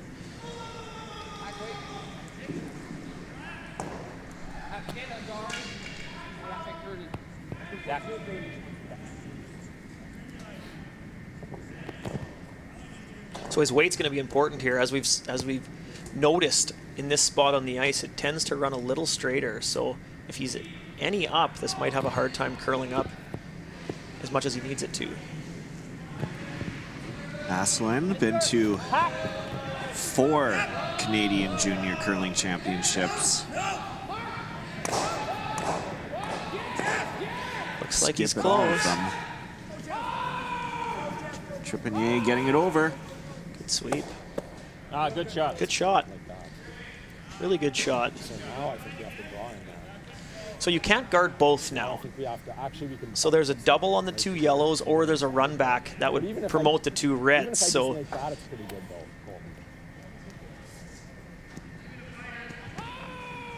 Taking a look at this last one here, just seeing that great sweep from good shot. Jean-Francois Trepanier, locking it right on top there basically. True. Yeah, true. Okay, so let's play T-line. Yeah. Right? T-line to back 4 max, right? Back button. So they're just going to try to move the angles around a little bit here. So they're going to come in with about T-line weight and try to tap the But pocket. Let's play it like a draw, though. I don't want to take the tight ice and actually go hard, right? You know what I mean? And then this could send this one just a little this way. Throw pretty hard. This one maybe a hair this way. With that guard there. And then they would leave their rock somewhere right there. So we don't over. Kind of separating everything a couple of staggers, which would make it very difficult for Team Fournier to come in there We'll afterwards. try and tap it, but we're kind of playing it for a line shot, too, Yep. right? For draw. Okay. So inside freeze isn't the end of the world either. Yeah, that's pretty good, right? So back button is the weight, guys. okay, back button. So a So delicate what shot do you here. Like here? Like, is that 14.5-ish? Yeah. Looking for about T-line or back 4 weight, I think they said. And yeah, you really have to be very precise on this. Obviously, a little light won't do you any well, and going too far as well. Not ideal in a situation like this. Well, Pat made a good point about this is a line shot. So it's as long as he gets to the right point of that yellow, or even if he freezes in the crotch, it'll take away some of the options. Whoa. Please. So it's all about the line here. Gotta go! Sweepers happy with the weight on this. Will they get the line? Whoa! Whoa! That's good. Pretty good shot, yeah. Yeah, it creates that stagger at the top, which takes away that run back as well as what would have been a double before. So Look at this again, yeah. Tanner and Kyle happy with that weight the entire way down, strictly the line shot. and that yellow just nuzzled in beside that other red, getting in the way likely just enough. I'm gonna put triple on. And there's no, I can't even, I just see all of it. It's peeled out or, you don't think this has ever scored one, right? No, it's just jabbed there and you still takes one. Okay, just peel that. So as pointed out there by Felix, where that rock was tapped to is important, because even if they play the run to the two reds and onto the one that's touching the button shot stone, it doesn't count that yellow that was just tapped by Team Simmons. So excellent shot. It looks like a concession of a one steal here is about to take place. Felix is just going to throw it hard at this yellow, give them their one and move on to the next end. Really well executed end from Team Simmons, who has come to life over these past two ends. Well, and it comes back to Colton's run back, just clipping that little. They were in big trouble up until that shot was thrown. It was just unbelievably well done.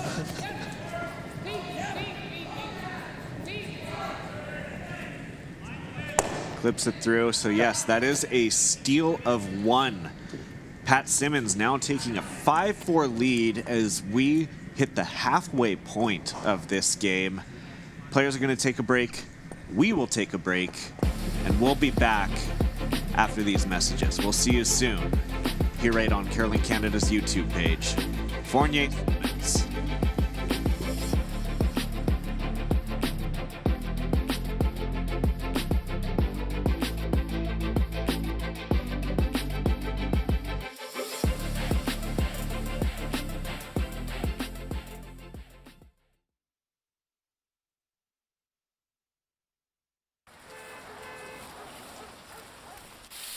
Sweep!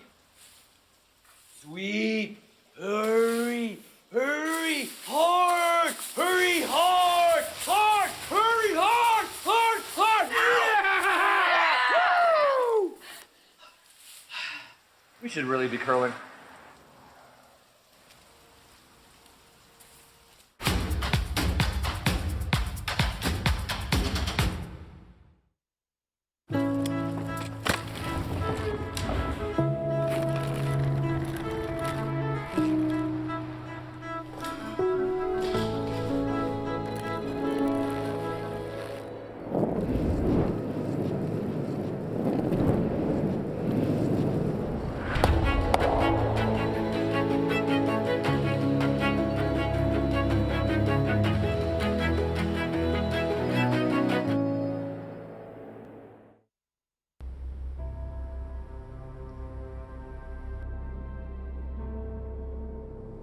One might say I was born to overcome challenges. 2 months premature, in and out of the hospital, and a heart condition. My parents call me their miracle baby. As with all survivors, I searched for my place in this world, and I found it here. This pebbled ice is where I battle now, and at only 12, I am already a 5-year veteran of this sport. I have my sights set on the Olympics. I will push hard to get there. The only size that matters in this sport is the size of your dreams.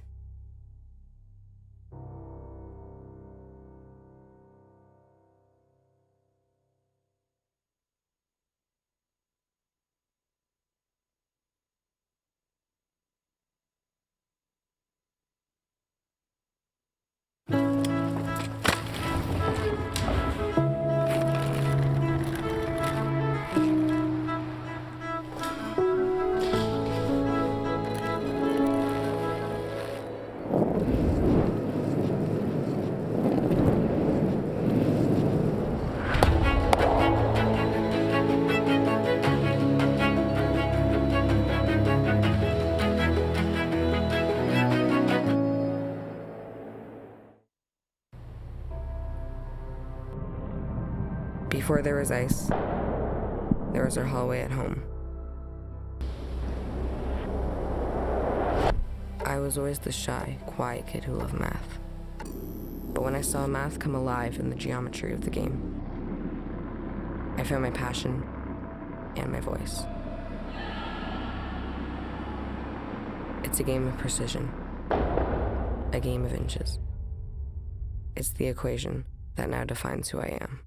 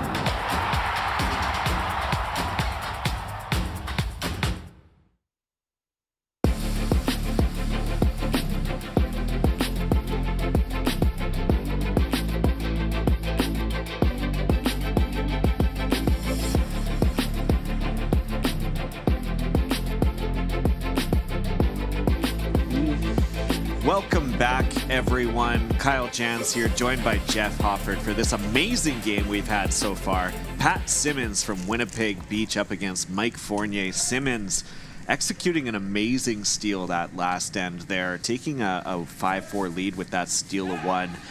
What was the Fournier team up against on that last shot, Jeff, and how do you think they managed that? Well, I think Felix made a really good point when they were talking about what to do, where they could have tried something really cute and had a tap to try to get shot rock potentially.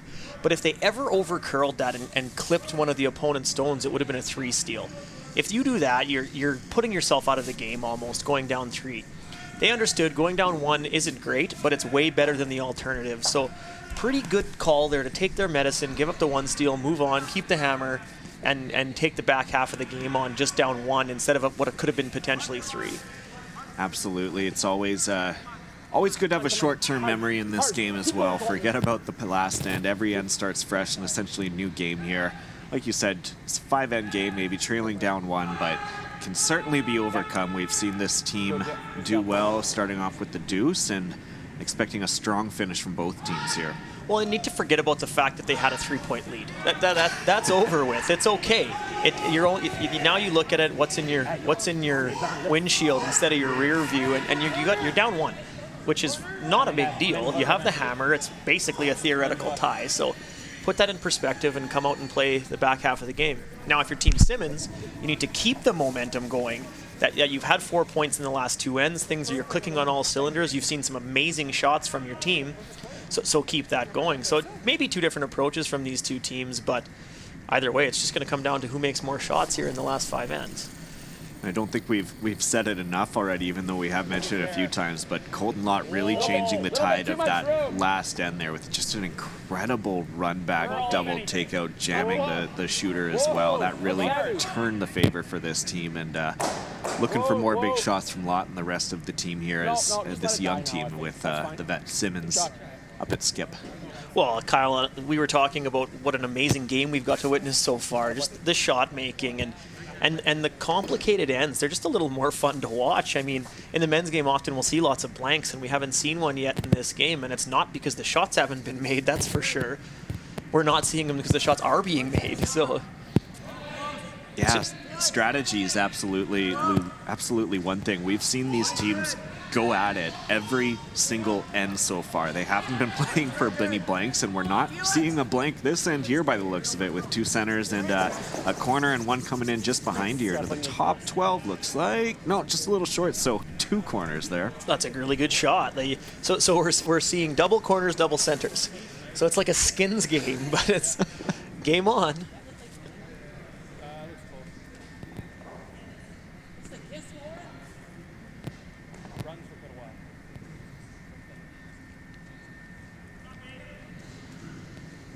Here is Kyle Deering. He's He's played in a few mixed doubles events himself. He was at the 2019 Canadian mixed doubles with his partner Ashley Groff. Partner on and off the ice. Line's good. Yeah, you get used to seeing these players at mixed doubles or juniors or college. I know Kyle played in several U Sports championships from the University of Winnipeg and was actually involved in organizing one of the nationals. So hugely involved in that stuff. And I think that's just a great pipeline that these young curlers can come out of junior, play a little bit of U Sports, and then move forward into men's. It only helps. The more national championships or big events you can play in, it is going to help you moving forward. We're seeing that a lot. Brendan Botcher coming out of that University of Alberta system, a system that I know you're very familiar with. Karsten Sturme, who's here this week as well, also very well involved with that. His entire team coming out of that program. Yeah, it's a great opportunity for athletes when they're done junior to have something meaningful to play in.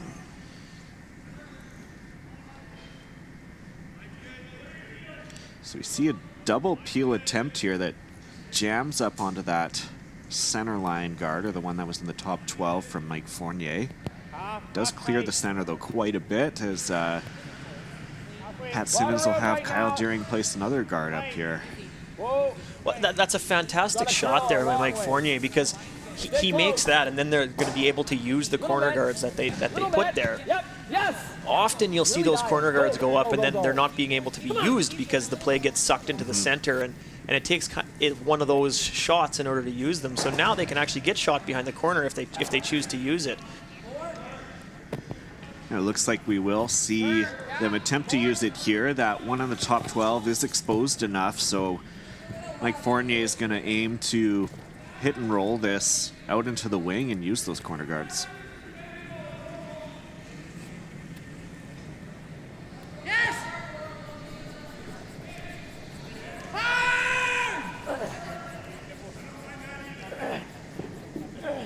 Whoa, yes! Whoa, yes, yes, yes!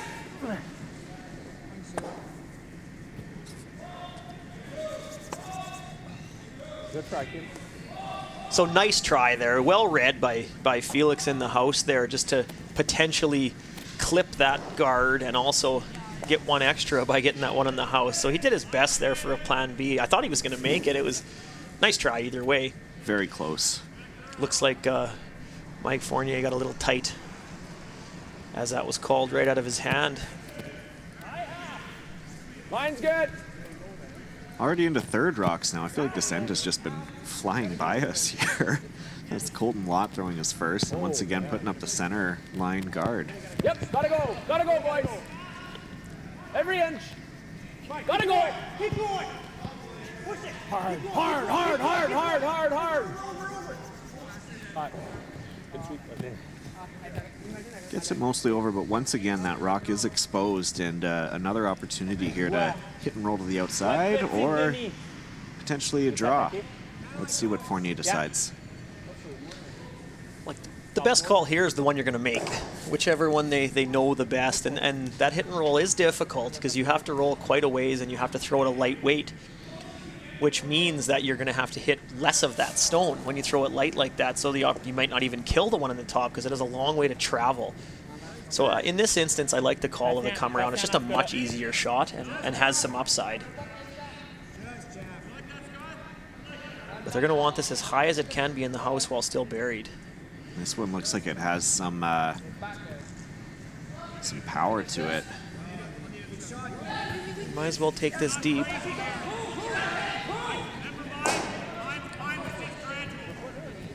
Start. It's a little further back than what they hoped for. Simmons now, without hammer, loves that rock in that position. Once they knew that was going to be deep, they needed to make sure that there was room for two rocks there frozen. So heads up there by the sweepers and Mike in the house to call that a little deeper. That's one rock up.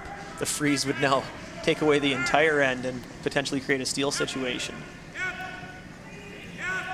We were, as commentating, Emma Miskew joined us for a couple of the direct entry event broadcasts, and that's what she said that she learned from late great coach Earl Morris. They always leave room for two. Yep. Freeze it now. Play the Well, we'll see it. It'll probably matter here in the course of this end. So yeah, we see a great freeze there. And there's one rock, but now you look at where the next freeze can be, and that one's going to be locked on pretty nicely to the button. Yeah, the scoring zone is shrunk, but at that point after that miss was there, it's just important to make sure you can score. There is enough room for you to do that, so heads up. Heads up play.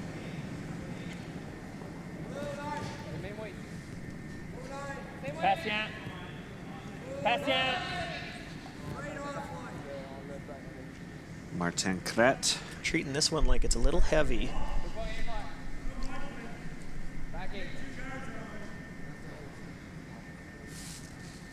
Don't think it's gonna get to the face. Kisses the back one there, but yeah, it leaves an open opportunity.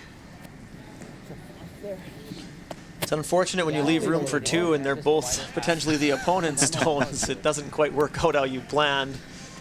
Huge opportunity here for Pat. In regards to rock placement here, I can see you wanting to either lock it on to the back, but perhaps maybe top four as well. That could be an option for this team, given that that back rock is locked on pretty nicely. I think there's room to put this in a top button. Like, there's room for it to be buried. Yeah, top 12, top 8's okay, right? So I'm going to try and give you that 14-5 with the hopes that you can get it there if you need to, right? So Yep, up front is okay. top 4 is the play, though. Yep, let's make her good. Good chat with Simmons there with the front end. He wants to throw some weight, the sweeping weight essentially, just enough to kind of get it maybe top house or whatever, and then allow the sweepers to take it the rest of the way. And what he did there is he increased his draw window. He's given himself more room, hence making the shot easier for him because he has a bigger window. The sweepers waiting for this one to come down. Starting to curl now. Mine's good.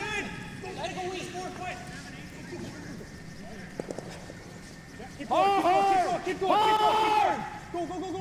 Great sweep from During and Tanner Lott getting that one top four exactly where they wanted it. Really good shot. Yeah, they're sitting two. There's the opportunity for Team Fournier to come in and sit shot now. There is still the draw there. It's very hard. But Pat still has one left. So if they do that, he'll be able to access it because there's no way to become buried behind that rock that Pat just threw.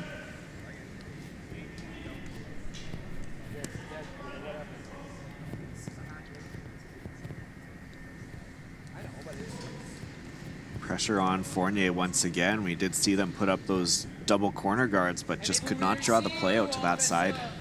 Yeah, they had their opportunities. The hit and roll that was unfortunately wrecked on the guard was a pretty good opportunity to take the play completely over to the outside. And then, as we discussed earlier, they had the opportunity if they wanted to play the hit and roll again. It was just way harder than the shot they called. And then two draws in a row going deep, and this is the position you're in.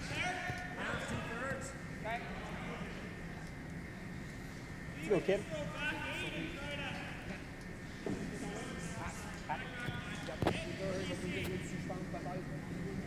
So I think they're going to try to get as close to the nose on this yellow as they can and remove one of them, leaving their shooter there and release the back red at the same time, hoping for something on their next one.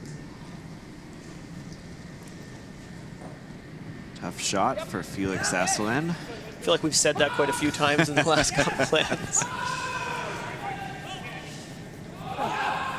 He's still been making a lot of them. Gets around the front. Got that really close to nose. Good shot. Good shot. That achieved what they wanted it to. That red is fully open now so they can use it later. And there's a basket of those yellows in the back. So really, really good shot. Yep. No.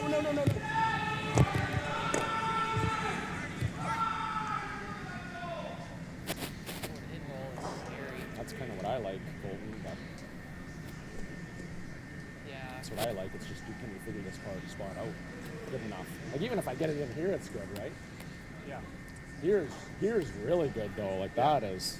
I think that's the shot. Let's figure it out.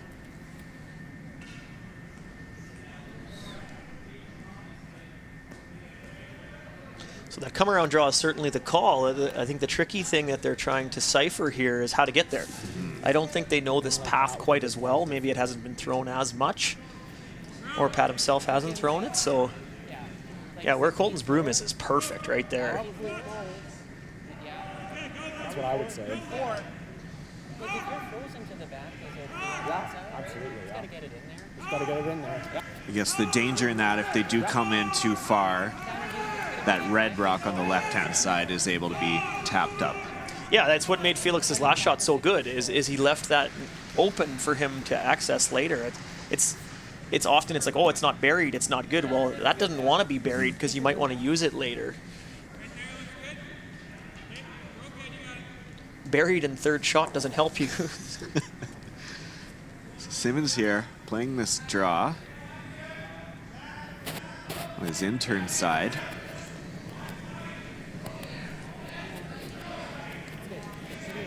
Whoa, whoa, whoa! Easy, close. Hey, yes! Whoa, easy, easy! Whoa! Yes, yes! Yeah! Back forward. Whoa, heavy, Yes, heavy, yes! heavy, heavy. Calling it heavy. Around the front. Yeah, see that coming right back down. Good shot. That's where the tolerance was, is to come into those. What they didn't want to leave is fourth shot or something out of the way where that run back was potentially for 2. Same weight. I said that. Lower less weight. Yeah, okay. Good communication from the sweepers all the way down there too to manage the weight, as they had to be really careful to get it around the couple of rocks there at the beginning. Well, what helped there is Kyle came down and met Pat about halfway down, and just so he could see the exact spot or where they wanted, and he and Pat talked about tolerance on the way back, and then Kyle relayed that to Tanner. So everybody was on the same page about where that could end up and where position A was. I mean, it didn't end up where position A was, but it's still really good and achieved the goal, and everyone being on the same page was a big part of that. But Mike Fournier and his team have a shot for 1. Felix Esslingen here with a short little angle raise. This is the spot he just threw, so I expect he'll be close on this one. Back line. Looked like a good throw.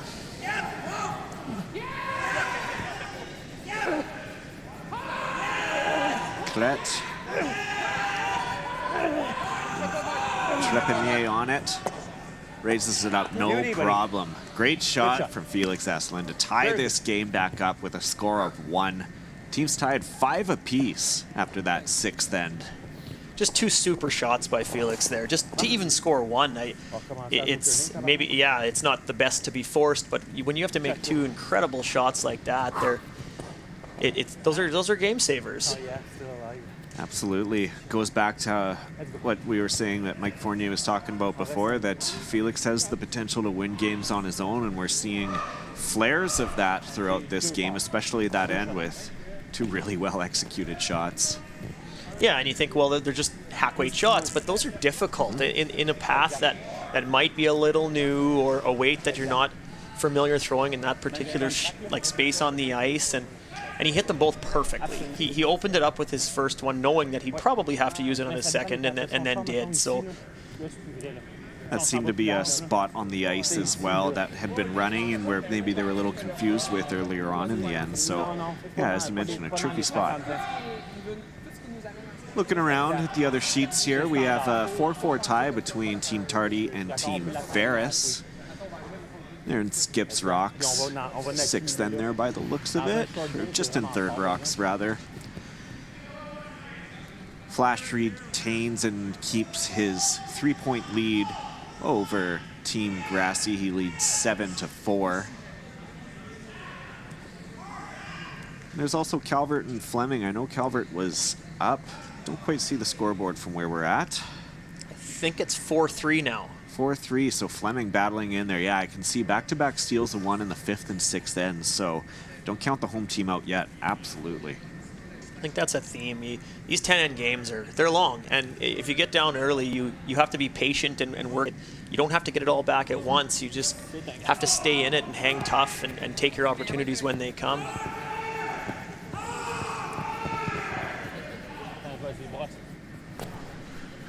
Hey, bon.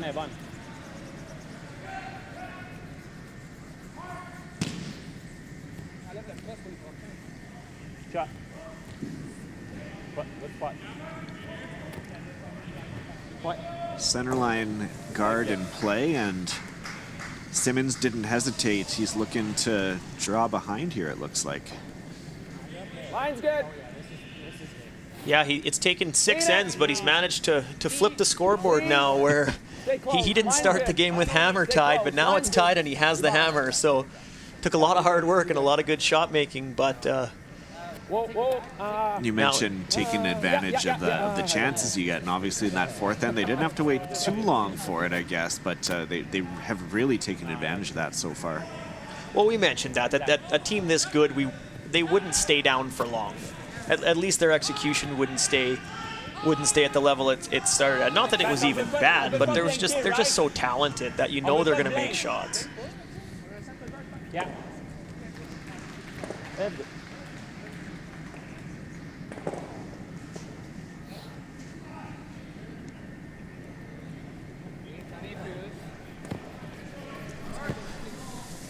So Tanner Lott's rocks went a little deep there, so leaving the door open here for Team Fournier to go in the top half of the house.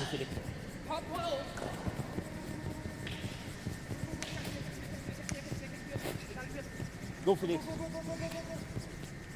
Yeah, good shot. Okay. Good spot. Just enough under. Good shot.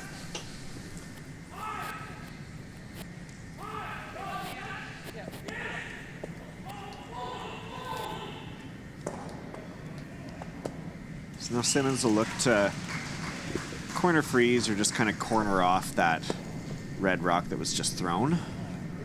Line's good. If I had to guess, I would think Pat would be looking for a blank in this end. In the 7th end here, take the hammer into the 8th with a tie would be ideal. So I think they're going to try to play in the middle, hoping that a run back later will open things up for them. I mean, they'd obviously take an easy deuce here, but they want to keep it as simple as possible, and the blank would play analytically pretty well for them. Need to follow the analytics there too as well. Tanner Lott, a little late, doesn't get by, just chaffs off the center line guard there. Fournier now gets an opportunity to put some pressure on this Simmons team. Yeah, it doesn't take much to open the door for your opposition when the teams are so good. Any little opportunity is going to be taken.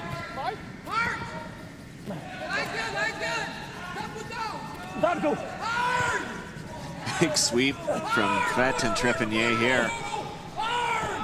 Dragging it for every inch. So I'd say cue the peels now is likely.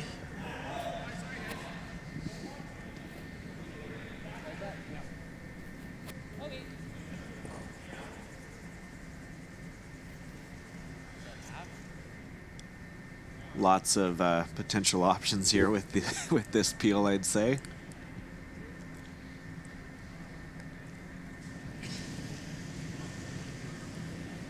Whoa. Yep. Top 2 is the call, but you might get lucky in the house there as well. Yep. Ah, yeah, even good shot. Get an extra one to boot there. Yeah. So. Think we can still put a guard? Yeah. Maybe on center line?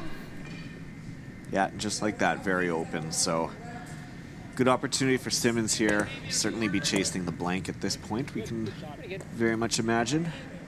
Yeah, and that would play really well for them. They did get in some trouble, so it is a bit of a bail at the same time, but I don't think they're disappointed with the fact that they're now playing for the blank. Well, because if he plays like some sort of a hack weight like this, well, we're going to have a double. It's a valid question there by Felix to say, is it okay to still play the guard? It's not obvious here because it is risky. I think you want to be fighting center line.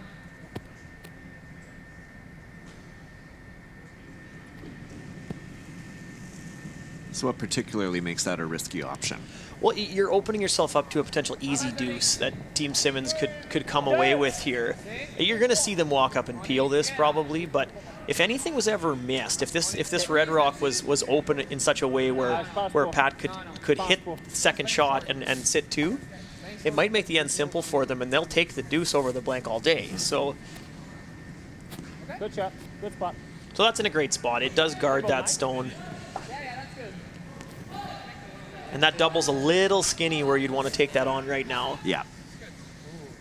No, he's going to play ball. It's really thin.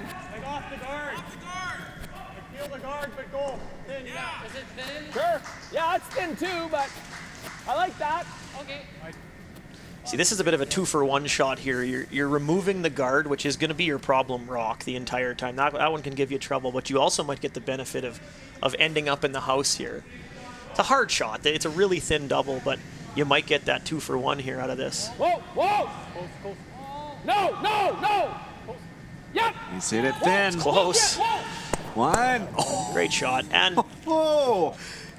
second shot. Wow. Exceptional shot from Kyle Deering there. 2 in a row there from Kyle. The double peel on his first one, and then that really good double. And roll.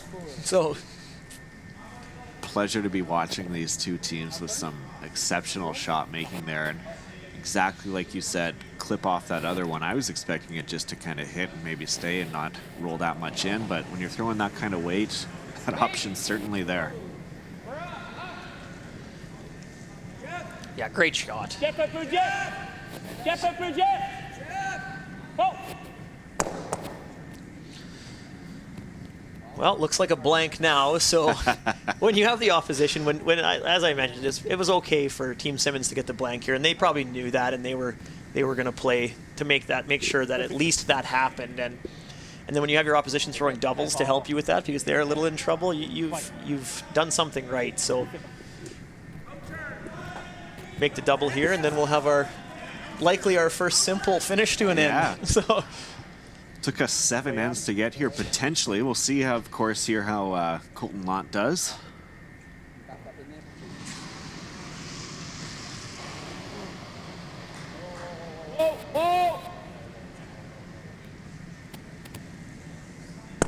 Yep, no problem for Colton. Good job, man.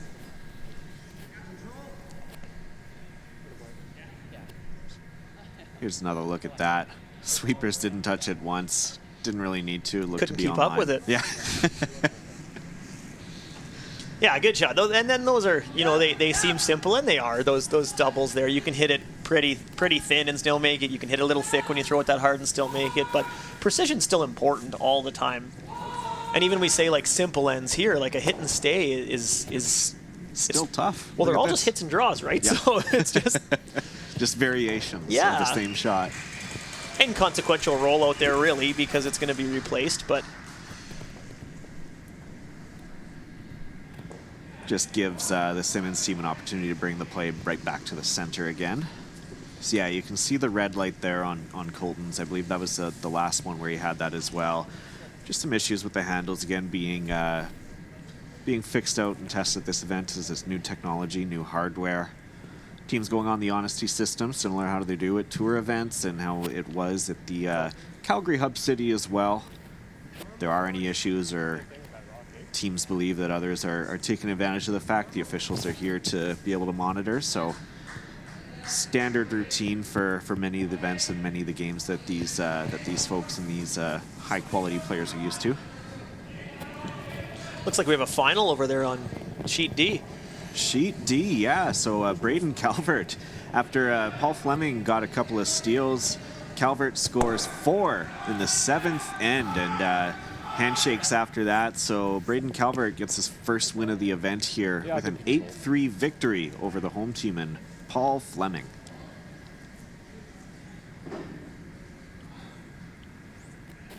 Also want to give a shout out to our Canadian wheelchair curling team. Just an exceptional group of athletes and coaching and mentoring staff out there. They're out in Beijing, and it's being used as the test event for the upcoming Olympic and Paralympic Winter Games. Wheelchair team, they dropped 2 yesterday. However, they bounced back. They had 2 big wins today. They've improved to 5-4 in the standings and are right on that playoff bubble. So we're cheering them on hard from home. They've got 2 big games coming up tonight and this evening and this morning, technically, with the 12-14-hour time difference. Got games against Italy and Latvia, and those will be their final 2 round-robin games. We'll be cheering you on from Home Team Canada. Keep it up. You can follow along on curling.ca. We'll be providing daily updates of that. So with those 2 wins, they're looking good for the playoffs. That's definitely the hope here with those 2 wins. That would get them in a very good position. Currently sitting 6th right now in the field, and 6 teams make that playoff. So winning seems like a very good option for them. Win and they're in, I believe. Good. Blank attempt here. We got any of it? Yep. Absolutely. So, blank end here. Just as Jeff had predicted earlier on that Simmons would be wanting to play for that, and that's exactly what they do. Score will remain 5-5, but most importantly now, Simmons' team controls the scoreboard with the hammer in the 8th end. Another big score on sheet A, Tyler Tardy's team with a 4 score in the 7th end. To take it from a 4-4 tie to 8-4. So it's been very back and forth there, but that's a great result for the young Tardy team. They have been working really hard to get to this moment here. Tyler and Sterling had an opportunity to do one more year of juniors, winning 3 Canadian titles in a row. No one else has ever done that. They could have increased that to 4 if they would have opted for another year of juniors, competing in Tyler's hometown of Langley, BC. They opted, though, to chase the points. They knew that achieving their goal of getting to the pre-trials was in reach, but they needed to opt out of juniors early to go collect some points on the men's tour, and they've done just that. So they're thrilled to be here, and they've been having an absolutely really strong showing so far with a 2-0 record so far. yeah, they're such a good team, like well-rounded. They call a good game. They make a ton of shots. They have good sweeping, and it's just about kind of learning along the way for those guys and progressing as they go. They're still so young that what they've achieved, like Tyler and Sterling, like what they've achieved in junior was amazing. It's unheard of. It will be remembered for a long time. Well, yeah, it's unheard of. It's so good. So, and transferring that to the men's game is gonna be tough. They're gonna take their lumps and learn along the way, but they might do it quicker than others, just given the level of skill they have.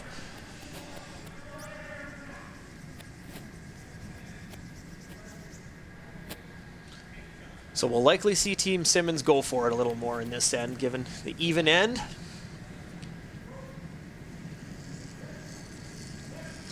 That's why we'll see a corner guard here from Tanner Lott. Bit of room, bit of room. Tanner and Colton brothers, of course, grew up in the Winnipeg Beach area, which is where they are curling out of, the Winnipeg Beach Curling Club, or the curling rink. Curled in a few men's bonspiels myself there back in the day. Is your jersey hanging on the wall there, Kyle? Nope.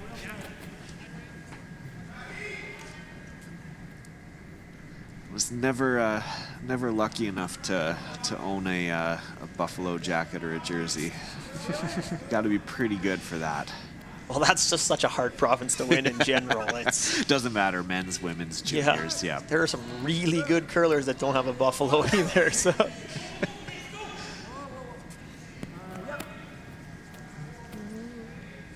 Bit of a mistake there. Grouping those two, I'm not sure if the double guard was the call or the come around. Either way, I don't hate going around those. Leaving it You want to go around the corner? close together like that. If a double peel is necessary, it's simpler. Staggered very nicely there.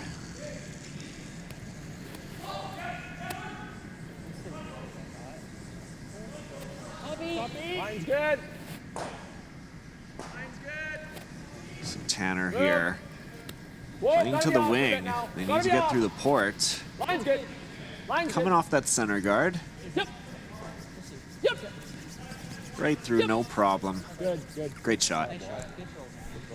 That's a really good shot. It's nice and high, so if you froze to it, first of all, it's difficult, and it's also hard to get shot when it's that high. It's always a balance there of how deep you need to have that in order to get buried, and then how high it needs to be to make the freeze not completely take that rock away. So, good shot there.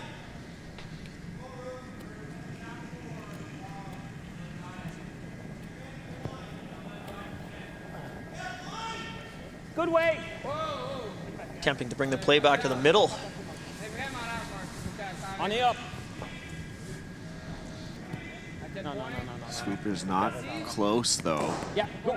But here it comes with the curl, starting to slow. Spot 3, go! Hard, push! Go, go, go, go, go, go, go, hard! It's another example of not getting the finish or not getting the curl they expect by the weight being up just a little bit. Like, I haven't heard a ton of feedback from the curlers, but from what I've seen watching the games, it's a great surface. It's consistent, it's weight sensitive. You get what you deserve when you throw the stone, and pretty evident by the shot making we see, really, that it's hard to do if the surface isn't as good as this is. Dave Merklinger, the chief ice technician here for this week in Liverpool, Nova Scotia at Queen's Mara Place. In great ice conditions. That's saying a lot considering it's been non-stop rain here at the arena since last night. It's not going to stop anytime soon from what they say. Looking at the forecast, rain and wind warnings here in the county leading up all the way into tonight.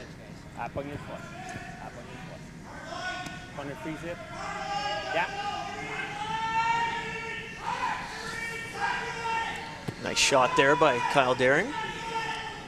So Fournier will play a freeze attempt here on the shot that just came in from Daring.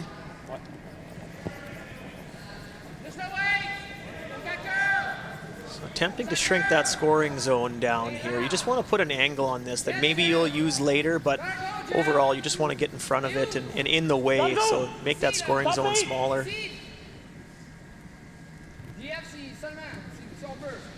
Yep. Looks like he's got the one there. Shot, good spot. Yeah, 14-8 on that. What do you think? Yeah, I think so. Yeah, I think so. Like single it, or? I think you have to try to double it. Yeah, okay, I agree. Yeah, quarter. Yeah, this is probably the right call here. Open up the middle, make things a little simpler for you. You still have that corner guard with one behind it, even if you blow up the middle after this. So opening it up, making it easier for you. Those rocks certainly not helping them in that position.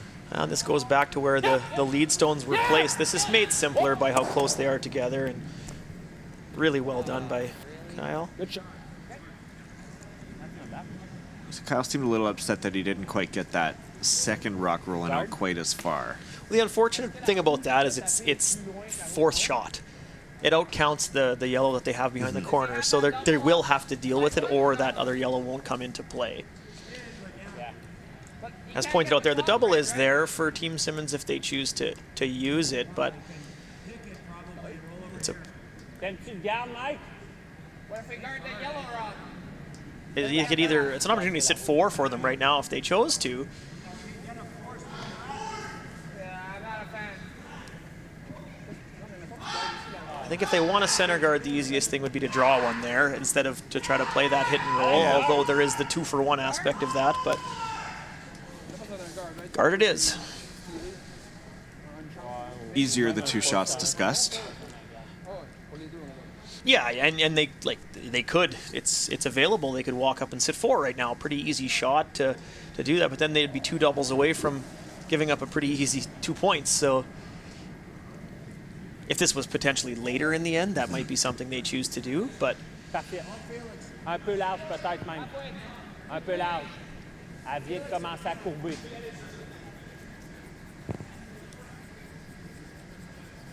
Hard Felix, hard Felix. Jusqu'à la fin. Traverse la ligne complètement. Traverse la ligne complètement. Ever get to the inside of that? You could slash it to the side, yeah. So I don't think it curled up quite enough. I think that's a shot, right? Yeah, I think so for now. We're going to throw the 2. They're still going to go for the peel here. Yeah, with the bonus of clipping that one in the side of the 8-foot there, 12-foot, I guess. Just because that is out counting their other yellow, so getting rid of that's going to be... It might be important later. No, no, no, no, no. Looks like they might have the double on their own corner, unfortunately. Oh, no, just over top. Pushes that other one in closer, though. Yeah, that's unlucky. You're right. Now that takes away that double on the outside to sit too. Because that thing could have been used later, but just hit this a little too thin. Just passing over, though, their own yellow corner guard. Yeah, that's missing it by the millimeter that they missed to not remove that side stone there is missing it by even less at the contact point. So very close, of course, but Felix first. Les deux pour donner de la distance. You got 3 sweepers here. Go, go, go, go, go, go, go, go, go, go, go. Entoure-moi à la ligne. Traverse un peu. Go, go, go, go, go, go, go. get it far enough over.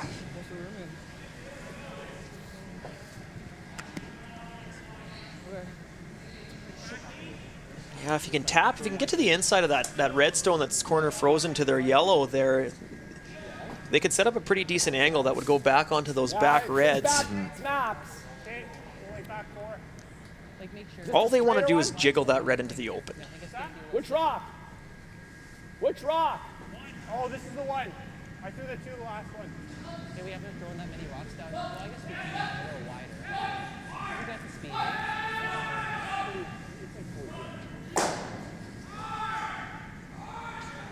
So here's Colton Lott throwing his last one of this 8th end of play.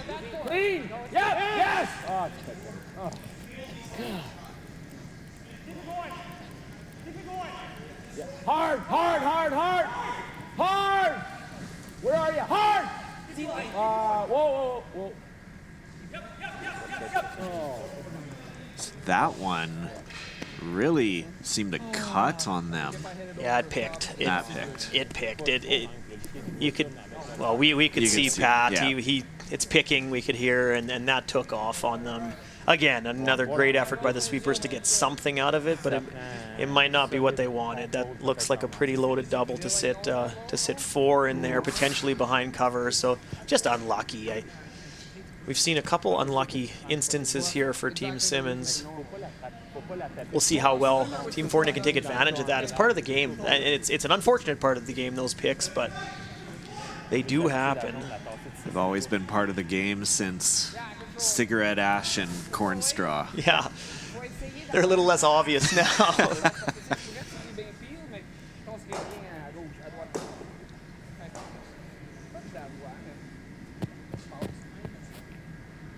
Big opportunity here for Felix Hasselin now.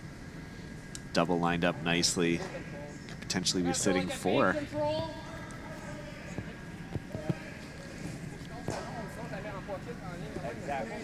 Exactly. Okay, let's go.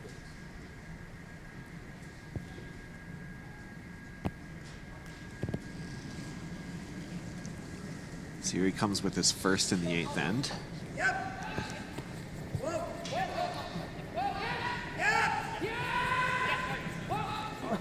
Let's do Jeff. Jeff. Jeff, go, go, go. To the inside. That's good. Very good. You got it just enough so it's being out-counted by that other back red.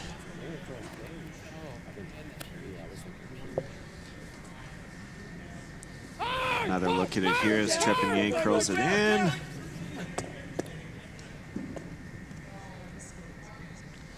Yeah, pretty good. Pretty good shot. Just it was more covered than it seemed, so he couldn't really get too much to the inside there to actually stick it. And so it looks like Pat's going to throw one hard here and try to bounce the one in the top 4 foot there off of his own yellow out of the house and leave his shooter right on top of that other one on a corner potentially. I think he'll still leave a red shot here, but he might have some options on his last. That's what I was just thinking there. That red that he's running back, It's probably sticking around. It should bounce off the yellow and out, but the red at the top of the house might end up be the shot. Or sorry, top of the forefoot might be shot stone after this.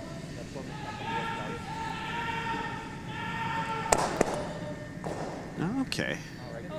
That's close. I don't know which is shot, although that yellow's wide open. Yeah. Just didn't curl up enough for him to leave his shooter in a spot that he could use. So.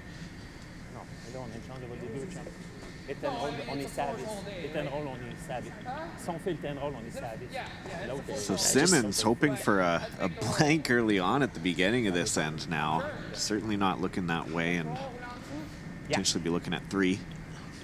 Yeah, he's going to have a relatively routine shot for one, unless this roll is made absolutely perfect to the back button, which it might be.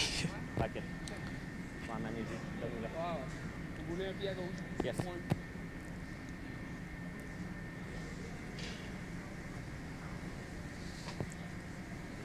I guess I don't know how routine it's going to be either way, because that rock in the top 4 is going to create some issues. So.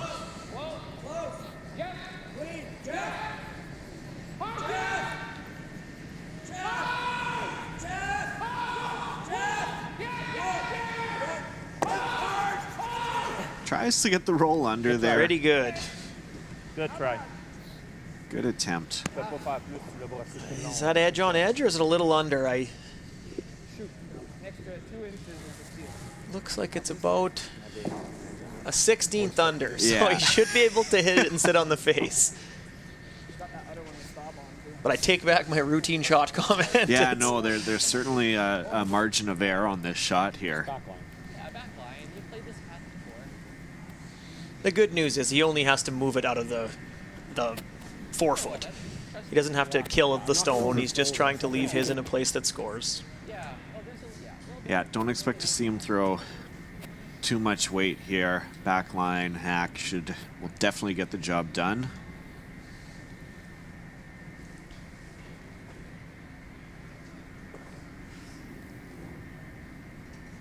Pat Simmons, last rock of the 8th end.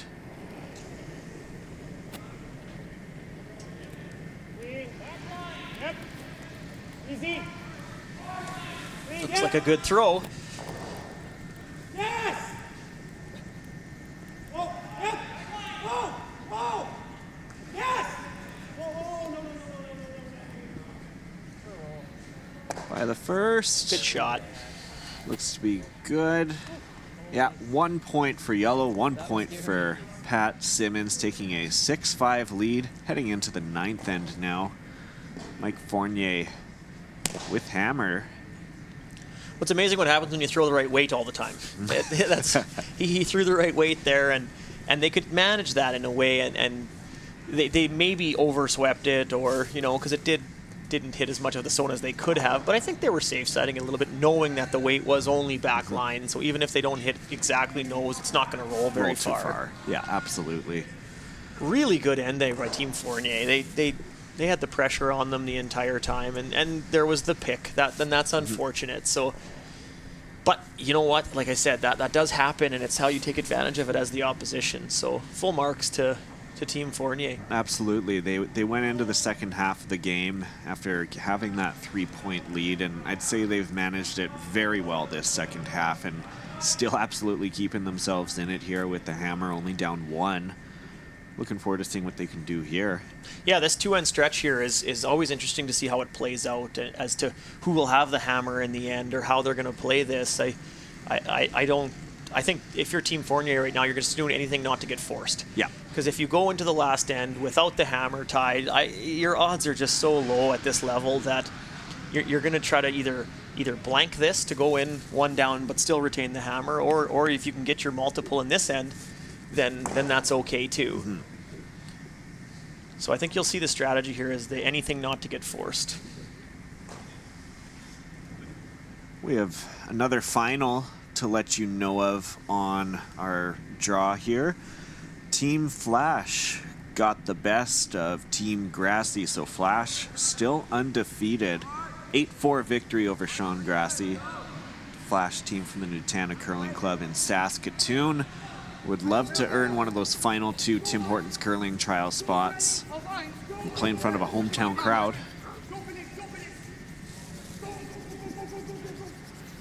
And then Tyler Tardy, after scoring 4, steals another point for a 9-4 lead over Pat Ferris. It's there in the 9th end as well.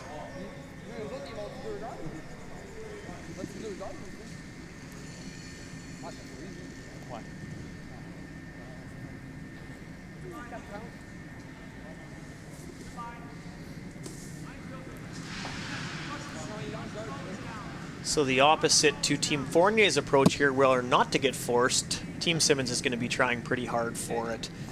To get the force and have that hammer in the last end. That's why you'll see the double centers go up. 2 good shots they made there by Tanner. Would they ever want to play for a steal, or if it's opportunity to maybe steal a point came up to play, is that something that would be ideal for Team Simmons?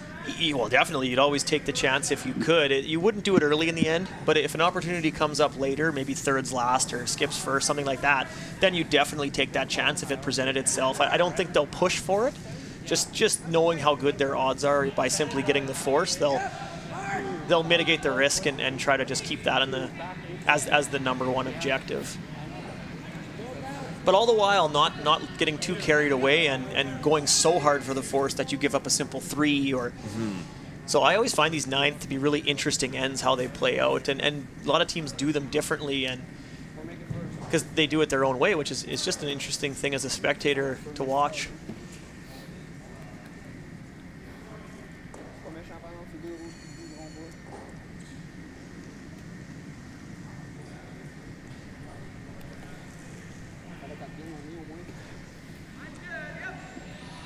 Simmons would love a win here, 0-2 for a start. Well, they haven't played bad either. They've played super good, and it's just the field is good. So they always say if you look through the field and you look for the easy game and can't find it, you're it. So very few of those, I think, even in the grand scheme of things, because all these teams very closely ranked towards each other in the World Curling Tour rankings, which were used, or the World Curling rankings, which were used to determine the seedings for this event.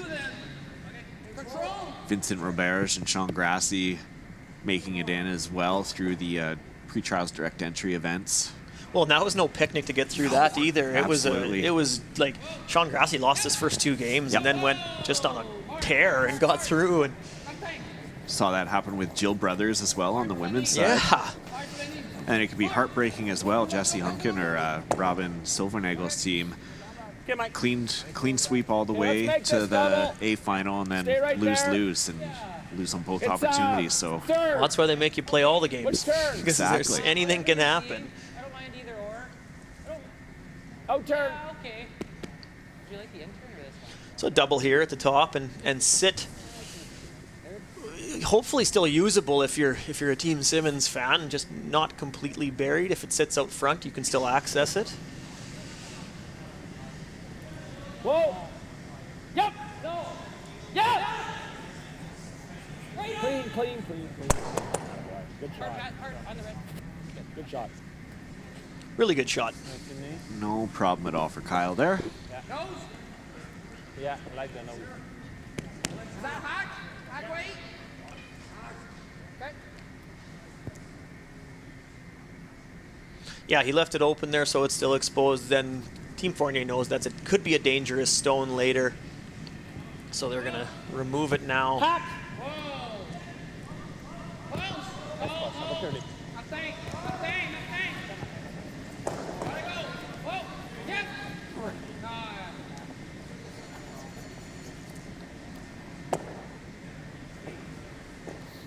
So they get that slight outside roll as well, but double looks to be there.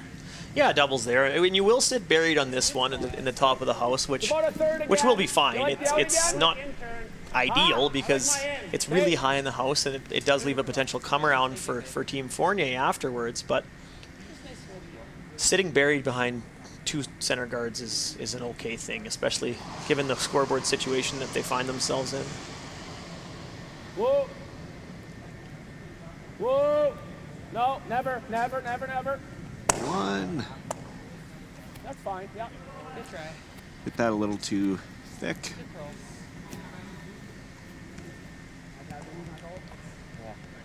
Where's that? Now, the question here for Team Fournier is where do you put this depth-wise where you don't leave a double off of that red stone in the 8-foot? Stop it.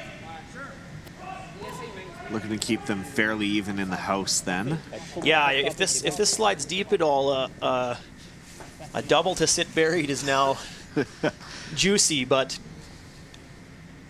they're aware. They know where this can be and where it can't be.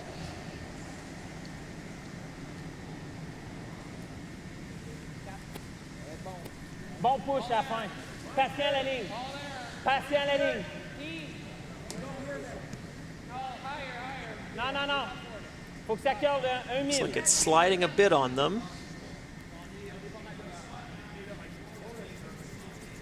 So now it looks like they're looking to take it back as far as they can. Yeah, they got to call the audible to steepen the double. It's pretty thin now. I believe it's still there.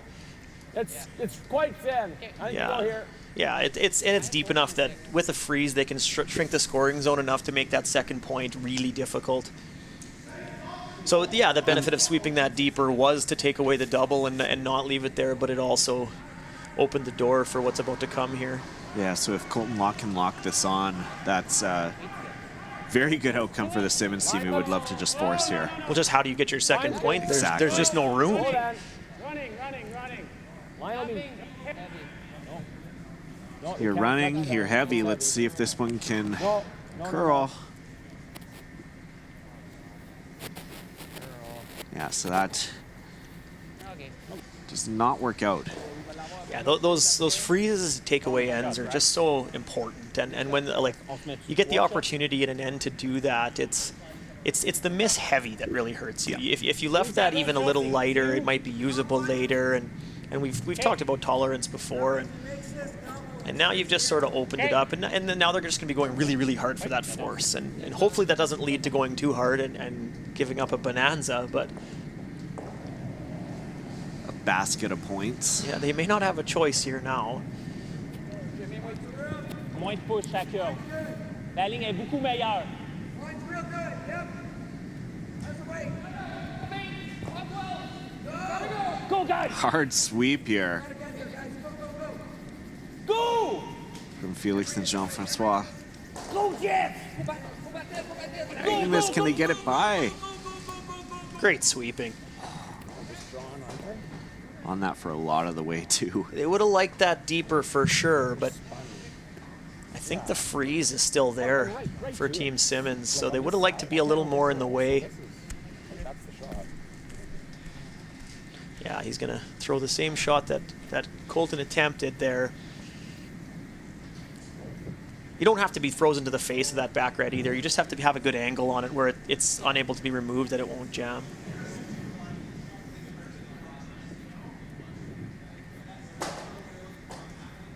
You're going just T-line, Pat?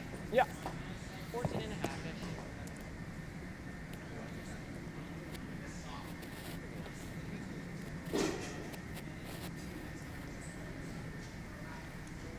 Certainly enough curl in the ice to get that one in there. We even just saw in the last one how much room there is really to be able to come around those center guards. Well, that has over-curled the top guard by a full rock, so it's almost like that top guard isn't even in play. He's trying to get this tucked around the red that was just thrown. Tons of room, guys. Not curling. Running, back four.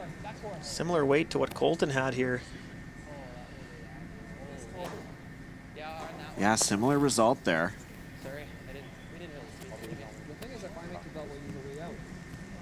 Like if I make this, better On roll va here. s'arranger pour avoir un drop off pour deux si on enlève pas ces deux If I'm carrés. here, oh, because if I roll here,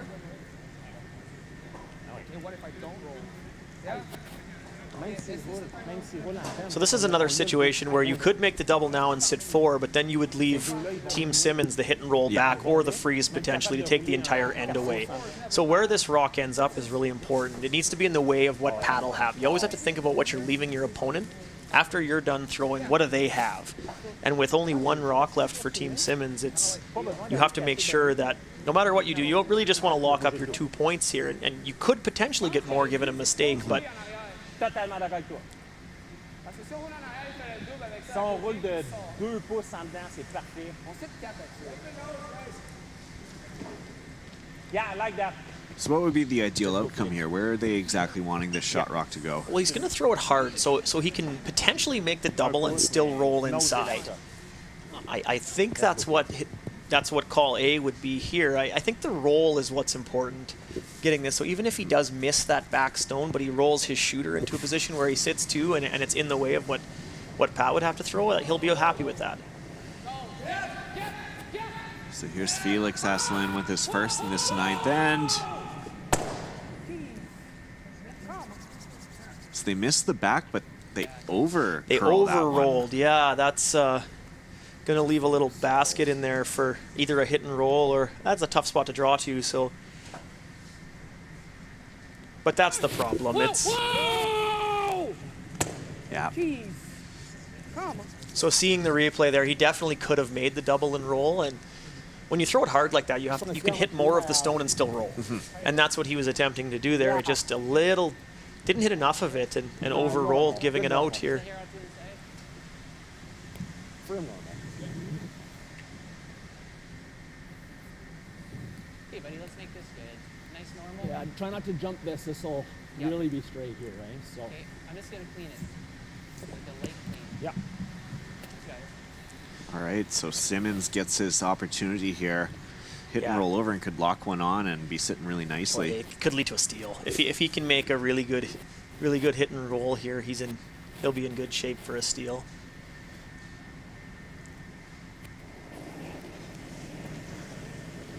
Yes. Go ahead. Hard. Here comes Simmons on his last of the 9th end.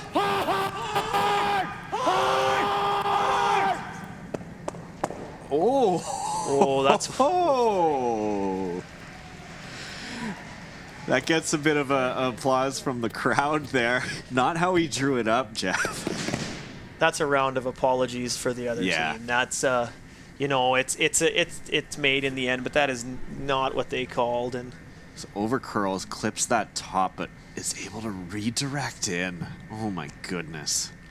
Yeah, that would have been just about game over had that not worked out so lucky. And do you apologize to your opponents after that one? You do a lot, yeah. You'll often. I couldn't tell whether they did or not. I'm sure they did. That's one just in the spirit of game. You know that's not what you called. So tough situation for the Fournier team, and that you can sense the frustration, I think. Well, and it did more than that too. It took away something they might have been able to come off on the other side too. Like it was everything bad for Team Fournier there. I mean, we talked about the unlucky picks that Team Simmons has had. It's like they're getting compensation for it. But either way, you don't like to see. So thrown away here from Felix, just devastating. Team Fournier deflated after that one. Wind taken right out of their sails thanks to a plan C, plan D shot from Pat Simmons there. Team Simmons now with the steal, though. They take a 7-5 lead and a 2-point lead into the 10th end here. Team Fournier, though, retains hammer.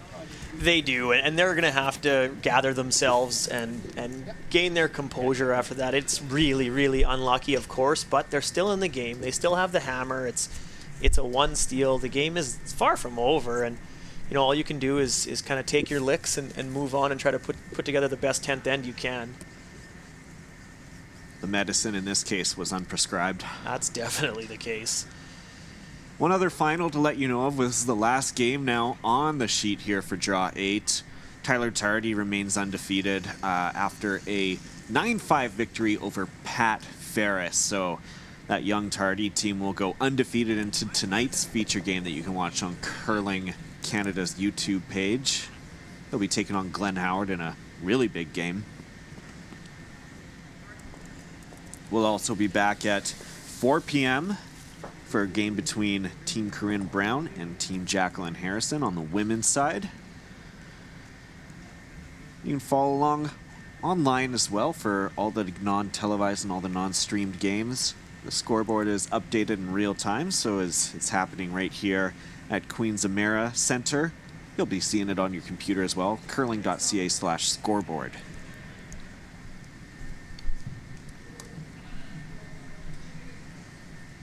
Well, we're going to see Team Fournier throw everything at him in this, and it's again one of those situations where you're going to go hard for 3, knowing that the 2 probably isn't going to be good enough, and that doesn't go a long way to help you. That does not help. Frustration is evident on this team, and I get it. I understand that it's really difficult when something like that happens to you. You see a shot that's going to be missed that turns into better than they could have ever imagined, but that's curling. It happens. It's something that does happen in the game, and luck's a part of it. You got to shake it off. Mine's good. I feel for those guys, though. I really do. As a statistician, how would you grade that shot? A shot that wasn't intended but made better than you could imagine. Well, I think the outcome happens. The outcome happened, and it's always based on the outcome. I think it depends what you're using the stats for. Like if it's made in the end. How it got there is does not matter. Okay. Yeah, like that. All right, so we'll see a center guard being placed here for Fournier, despite having hammer. Well, they just want to use whatever's in play right now, and if they guard the Team Simmons stone there, then they won't have. Then it's like another guard for them. It's irrelevant what the color is at this point for them, and they'll just try to generate their points in the middle now, opposed to the outside, which does happen. It's not uncommon absolutely. to generate multiples around center guards. It's because you see them so much more often now. Good shot. Can never be said enough, but 5-rock guard rule also in effect, and that can always have a big impact on the closing end of a game. Yeah, this is sort of why they were going to guard it, because you know that you can the free guard zone doesn't apply to stones that are your own. So yeah, it was a clever call. It unfortunately just didn't cover enough of this yellow to take this away, but Yep. Yes, gotta go. Gotta go. Just gets it by. Okay. Clears the house as well. yeah, that one in the house was in a pretty good spot. They wouldn't have wanted to get rid of that, but that's okay. That'll still play. It might make things simpler down the stretch here.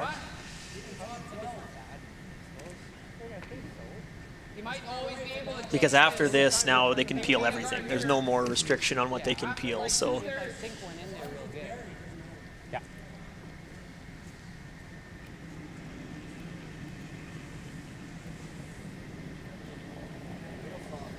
Yeah. Looking for the center guard here. On est juste deux. Getting it tight to the house, get some good separation between those two center guards. Trepanier trying to get this one over. Hope to get it right on that center line. Ciao, Mike.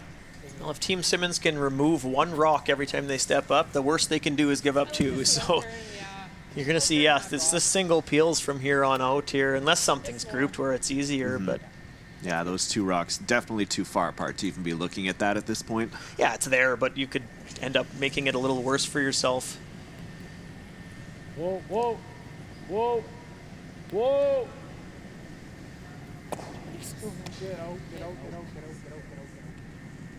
Yeah, it's probably out of the way enough. I think so. That rock there, you can see it on the right-hand side of your screen. Looks to be covering up maybe the very wing of the 12-foot, very high up though as a corner guard. Effectively gets the job done though with that peel, Kyle During. Be hard to hide several stones behind that. C'est bon, il y a une bonne rotation. Elle glisse encore bien. Fournier would like to replace this guard now. There's a real talent to being able to throw these really high guards. Just over the edge, it's yeah. It's tough. It's because the consequence of being at all light is so bad that, and if you're really heavy with it, you just create an easy double peel. Like, that's an outstanding shot, and it might look easy-ish, but it's so precise, and the consequence of the miss is so great. Right behind the New Holland logos. This event, of course, the 2021 Home Hardware Curling Pre-Trials, is presented by New Holland Agriculture and Construction.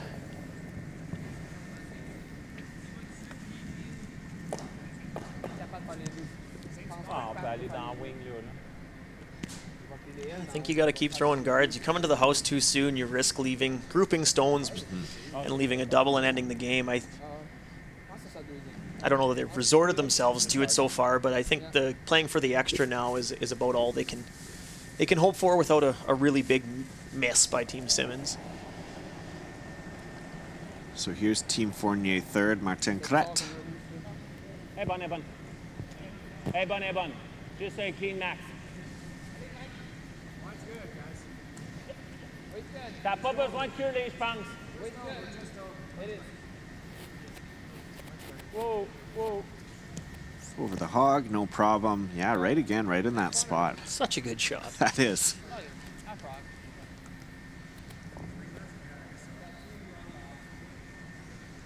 Doesn't have the glitz and glam of a run triple or anything, but it's hard. Oh, it's a ton of appreciation. Yeah. We're giving some lead love today here, hey? I know these aren't leads throwing it, but...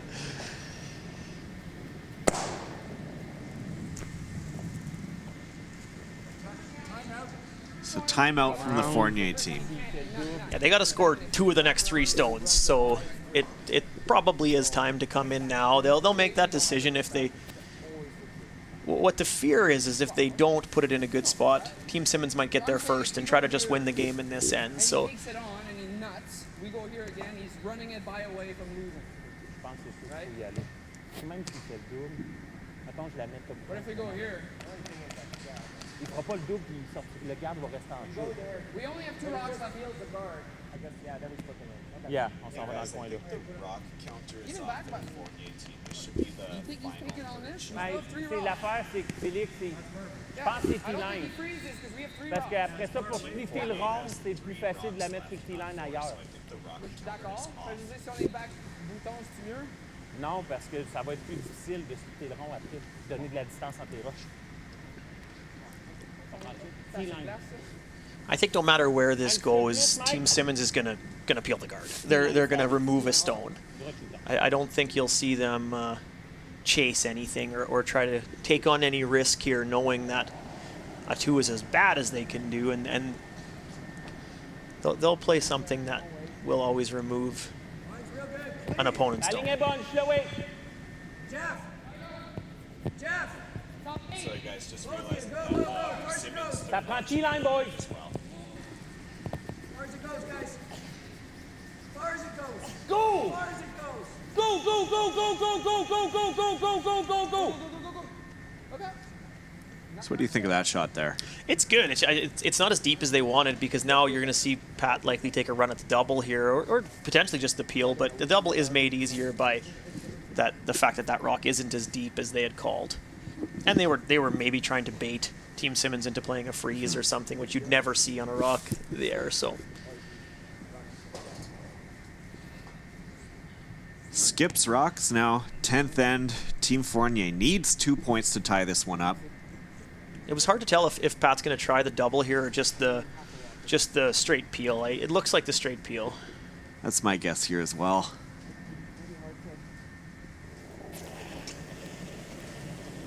Easy. No. Shouldn't be clean. Yeah, straight peel for Pat Simmons here just to get rid of that. Yep.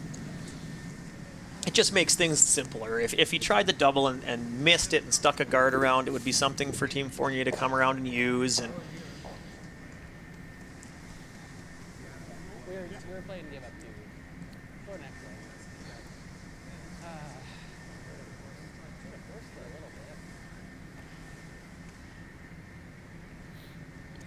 now, where do you put this one where you don't leave a double? That's especially with that corner guard being so high as well. There's nowhere to hide. It's just limiting the ease of the double here.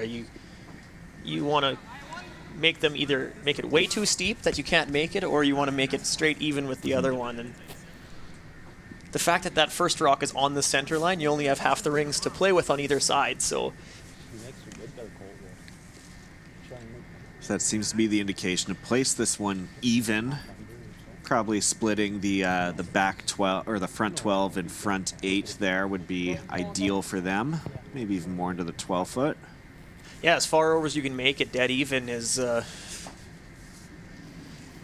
will play. As long as there's no double here, because no matter where it is, if there's even a chance at the double that doesn't have a lot of risk, Team Simmons is going to try it, because they're giving up 2 anyways, even if they just know something. So That's what we're trying. this one's maybe a little heavy. No, They look happy with it. it's pretty good. Got to get it there. Good shot. A little bit more, yeah. Good That spot. looks like a very good spot. Good spot. I don't know if any type of double is there. It's pretty thick if it is. Yeah. And the second rock they hit has to move the full 6 feet. Exactly. So Can they sub in Gunner maybe? Those are good rocks,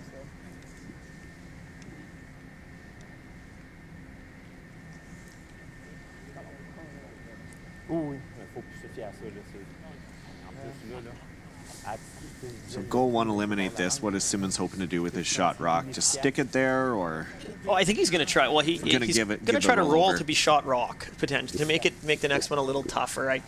I can't see this him making the double here. It just seems way too flat, but it's hard to tell from our perch here. Pat Simmons now with his final shot here in the 10th end. Holding a 2-point lead and coming out with some fire here. Well, he whipped it, so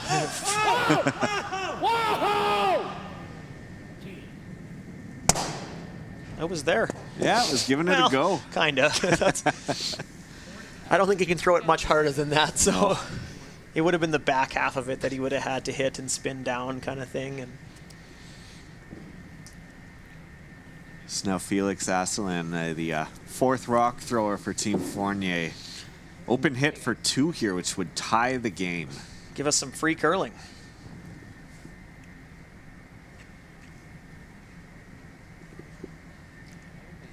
I've been having fun. This has been a great game. Love for it to go one more.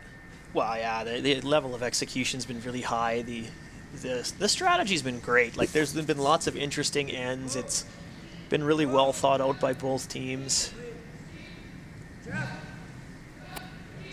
couple of unfortunate and fortunate breaks as well along the way. Yeah, we're going to do it. That is a score of 2 for Team Fournier. We're going to an 11th end here at Queen's Amera Centre, Liverpool, Nova Scotia. You're at the 2021 Home Hardware Curling Pre-Trials presented by New Holland.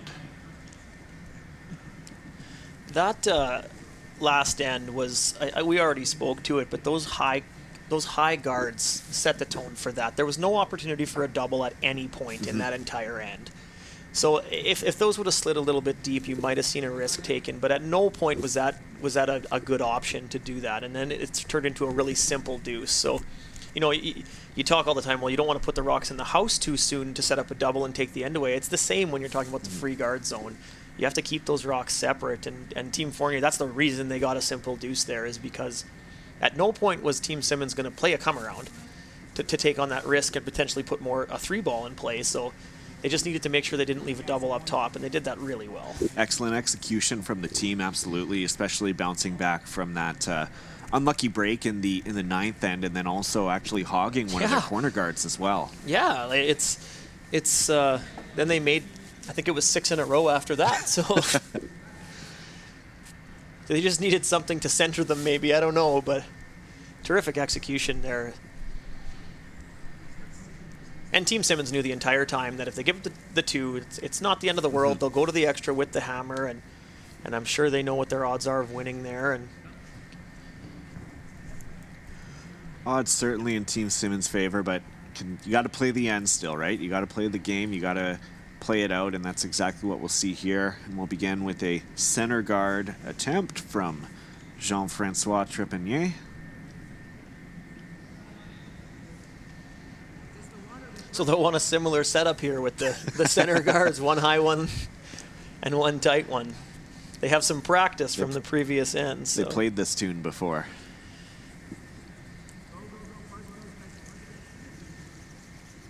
Going for the close center guard here first.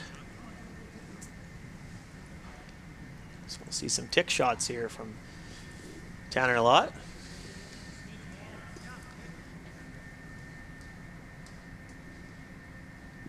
So crucial for every lead to now have this as part of their arsenal. Yeah, and you see it not just in the last end of games now. You'll see it used just as an offensive tactic. If your opposition throws a center on you, you can turn that into 2 corners sometimes. So Really gotta go. It's good. Nice precise shots for leads, and they make them all the time. Really hard, hard on yellow, hard on yellow. Just like this. Beautiful shot from Tanner Lott there. Shot, attaboy. Enjoy the mixed doubles style of ticking as well when it's involved in the power play. The corner tick. Yeah, the corner tick. Well, and you're seeing that a little more often now with a team that has a lead. Yes. You'll see them try to tick that corner into the house because you can hit it on the second one.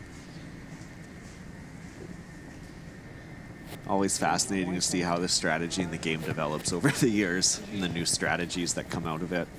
That tick just played there by Tanner Lott was exceptional because it didn't take away any draw path. Yeah. It left both open for Pat, and you're thinking about that because he might have to draw the button for the win, and you need a path to get there. So the tick shots can't be in the way of that. It's just another layer that the leads need to worry about when they're throwing that shot.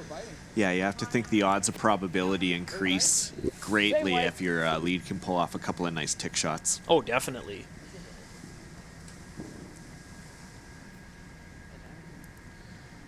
All right, so Tanner Horgan. Tanner Lott.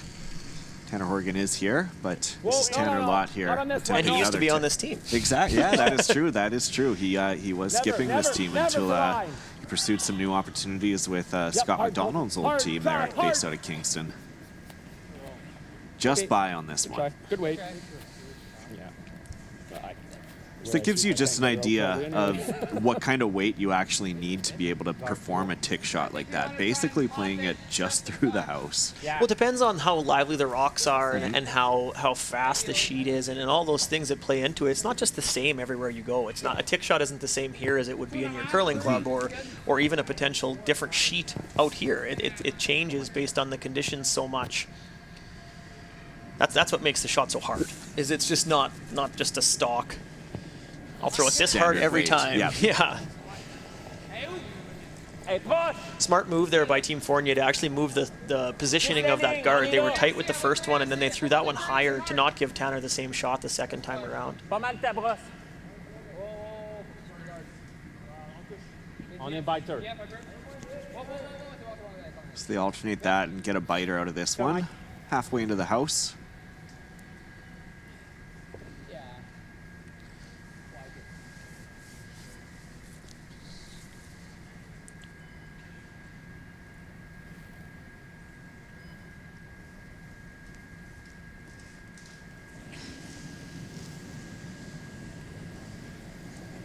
Play. Yep. Watch that. Straight peel and actually jams off on that other one in the corner. A little bit of a bonus there. Kyle will be happy with that throw. You'll see their high guard prowess again here. Yeah, I've been getting a lot of practice of that over the past 2 ends.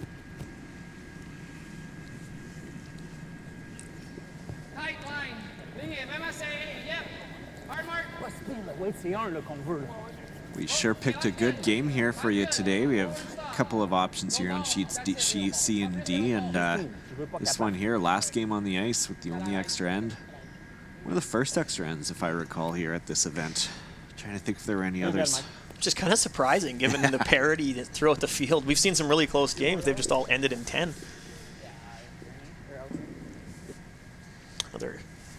Great guard.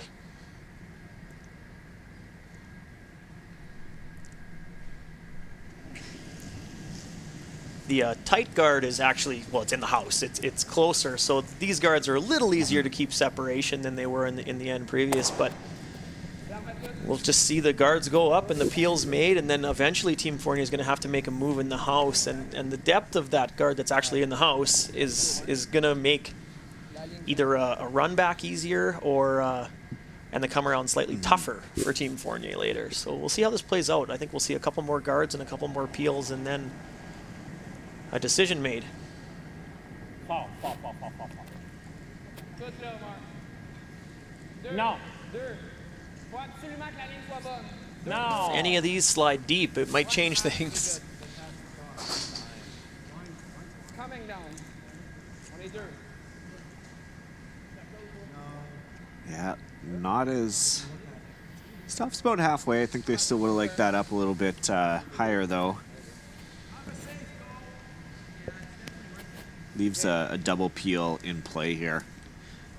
I like what Pat said there. Have a safe go. So you're making sure you're on the peel side of it, as not to just bonk bonk and leave both there. Just a simple word, but I think it might frame things in Colton's mind before he throws it. That the single peel's okay. Yeah. Whoa. Whoa. What a shot. Exceptional shot from Colton Lott there. And to completely lose the shooter, that's just super good. That is absolutely a specialty as a player. Right, half of that for now. Well, he's peeling the guard, isn't he? La caché moitié. T-line, Mike. It's an uphill battle here for Team Fournier Yes. now. They're going to try to come around here around this corner and try to sneak their way a little closer to the center line, but as it looks now, Pat's going to have the 8-foot. Yeah, you're ultimately relying on your opponents to make a miss in order to win the game when you're forced to this type of play. Hard boys, descendez là, les deux. Top 12. Sweeping this, they got to get it there. Hard. Hard. Hard. Go. And they got to finish it behind, too. Good sweet boys. It's a good shot.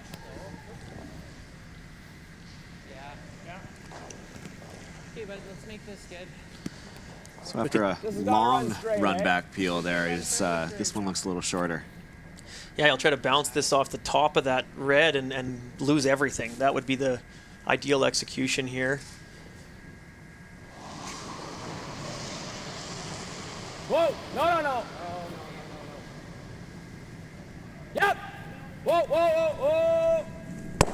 Yeah, it does so. Everything leading up to what should be Simmons' last shot, and it should potentially be an open draw. Looking at the state of affairs right now. Well, that the only rock on the sheet isn't guarding any rings, so that's just an excellent display of good peeling from first Kyle and then from Colton Lott there. Just amazing. It's a skip's dream when you have the open sheet like this, and the first tick shot was made by Tanner Lott as well, and I don't like and then he was picked up by a double later because he missed his second tick. T-line, yeah.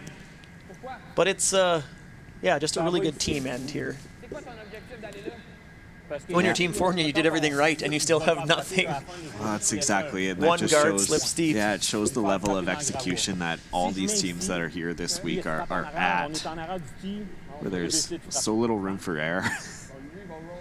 Yeah, they had a guard slip 4 feet further than they wanted it to. I guess, yeah, this isn't the throw ahead. Yeah, sure.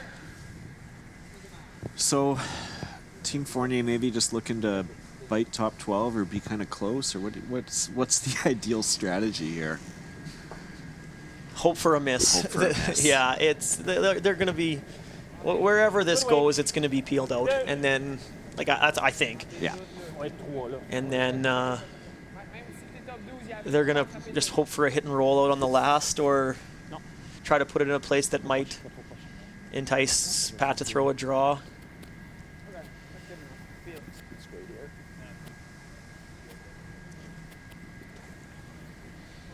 Yeah, Yeah, like that's probably the spot to put it. Then if you do get a miss, you can hide behind it, something like that. Nose hit or something here, but yeah, it can happen.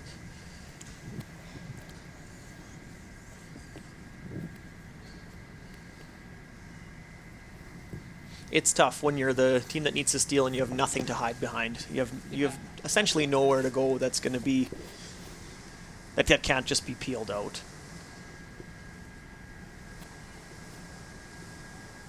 Simmons with a 7-4 loss against Jason Gunlickson in their opening game, and then a 7-4 loss, and then a 7-6 loss to Team 10 or Horgan for their first 2 games here. So looking for a bounce back affair. Peels it out, no problem.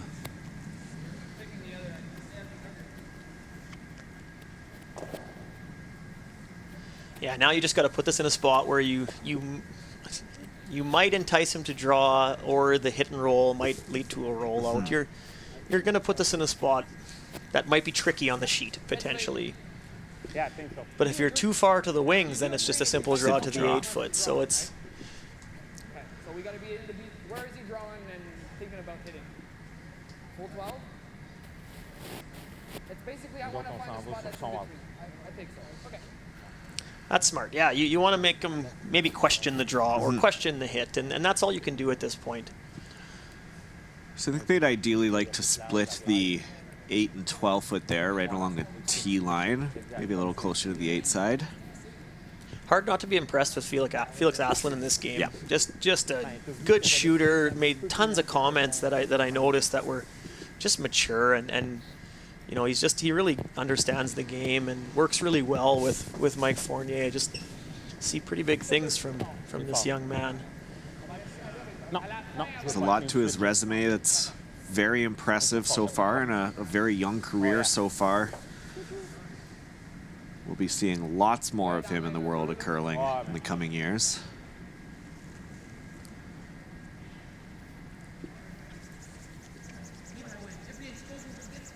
They need this to bite, though.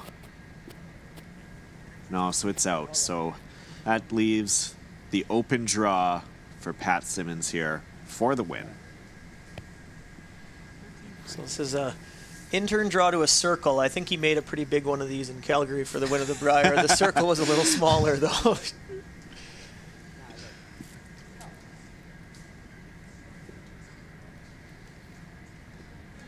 Probably one of the greatest moments in the modern Brier era, I'd say. Well, has to be, yeah. It's just great team shot for the win there, and then the lineup change before that, and tons of stories following that. Just amazing. That's got to be ballpark. 14 and a half. Yeah, I think so. Okay. So they took their time out here. Well, he was 13-6 and it was through, so 14 and a half should be good. I don't think it's more. Yeah. I like 14. I do too. Kind of the normal we've been throwing, really. Yeah, I think so. Cal Deering taking a lot of time just to go over the weight. Let Skipper know what they think it should be. But here it is, Pat Simmons, last rock of the extra end for the win. Felt heavy to me, guys. We're in good stuff, guys. All you. All you. It's not light. Don't lose it. Right? Real good. You're good. Deering and Lott like it. Bringing it in. And that will be no problem at all. That is a win for Pat Simmons to improve to 1-2. 8-7 victory against Mike Fournier in what has been an exceptional game. What here, a Jeff. game. Yeah, overall, just outstanding shot making strategy. Good curling game. Thanks so much for joining us, everyone. We'll be back on Curling Canada's YouTube channel, 4 p.m. Atlantic, Corinne Brown versus Jacqueline Harrison. Why don't you join us there? Until then, though, I'm Kyle Jans. That was Jeff Hopper. Thank you for joining us. We'll see you next time.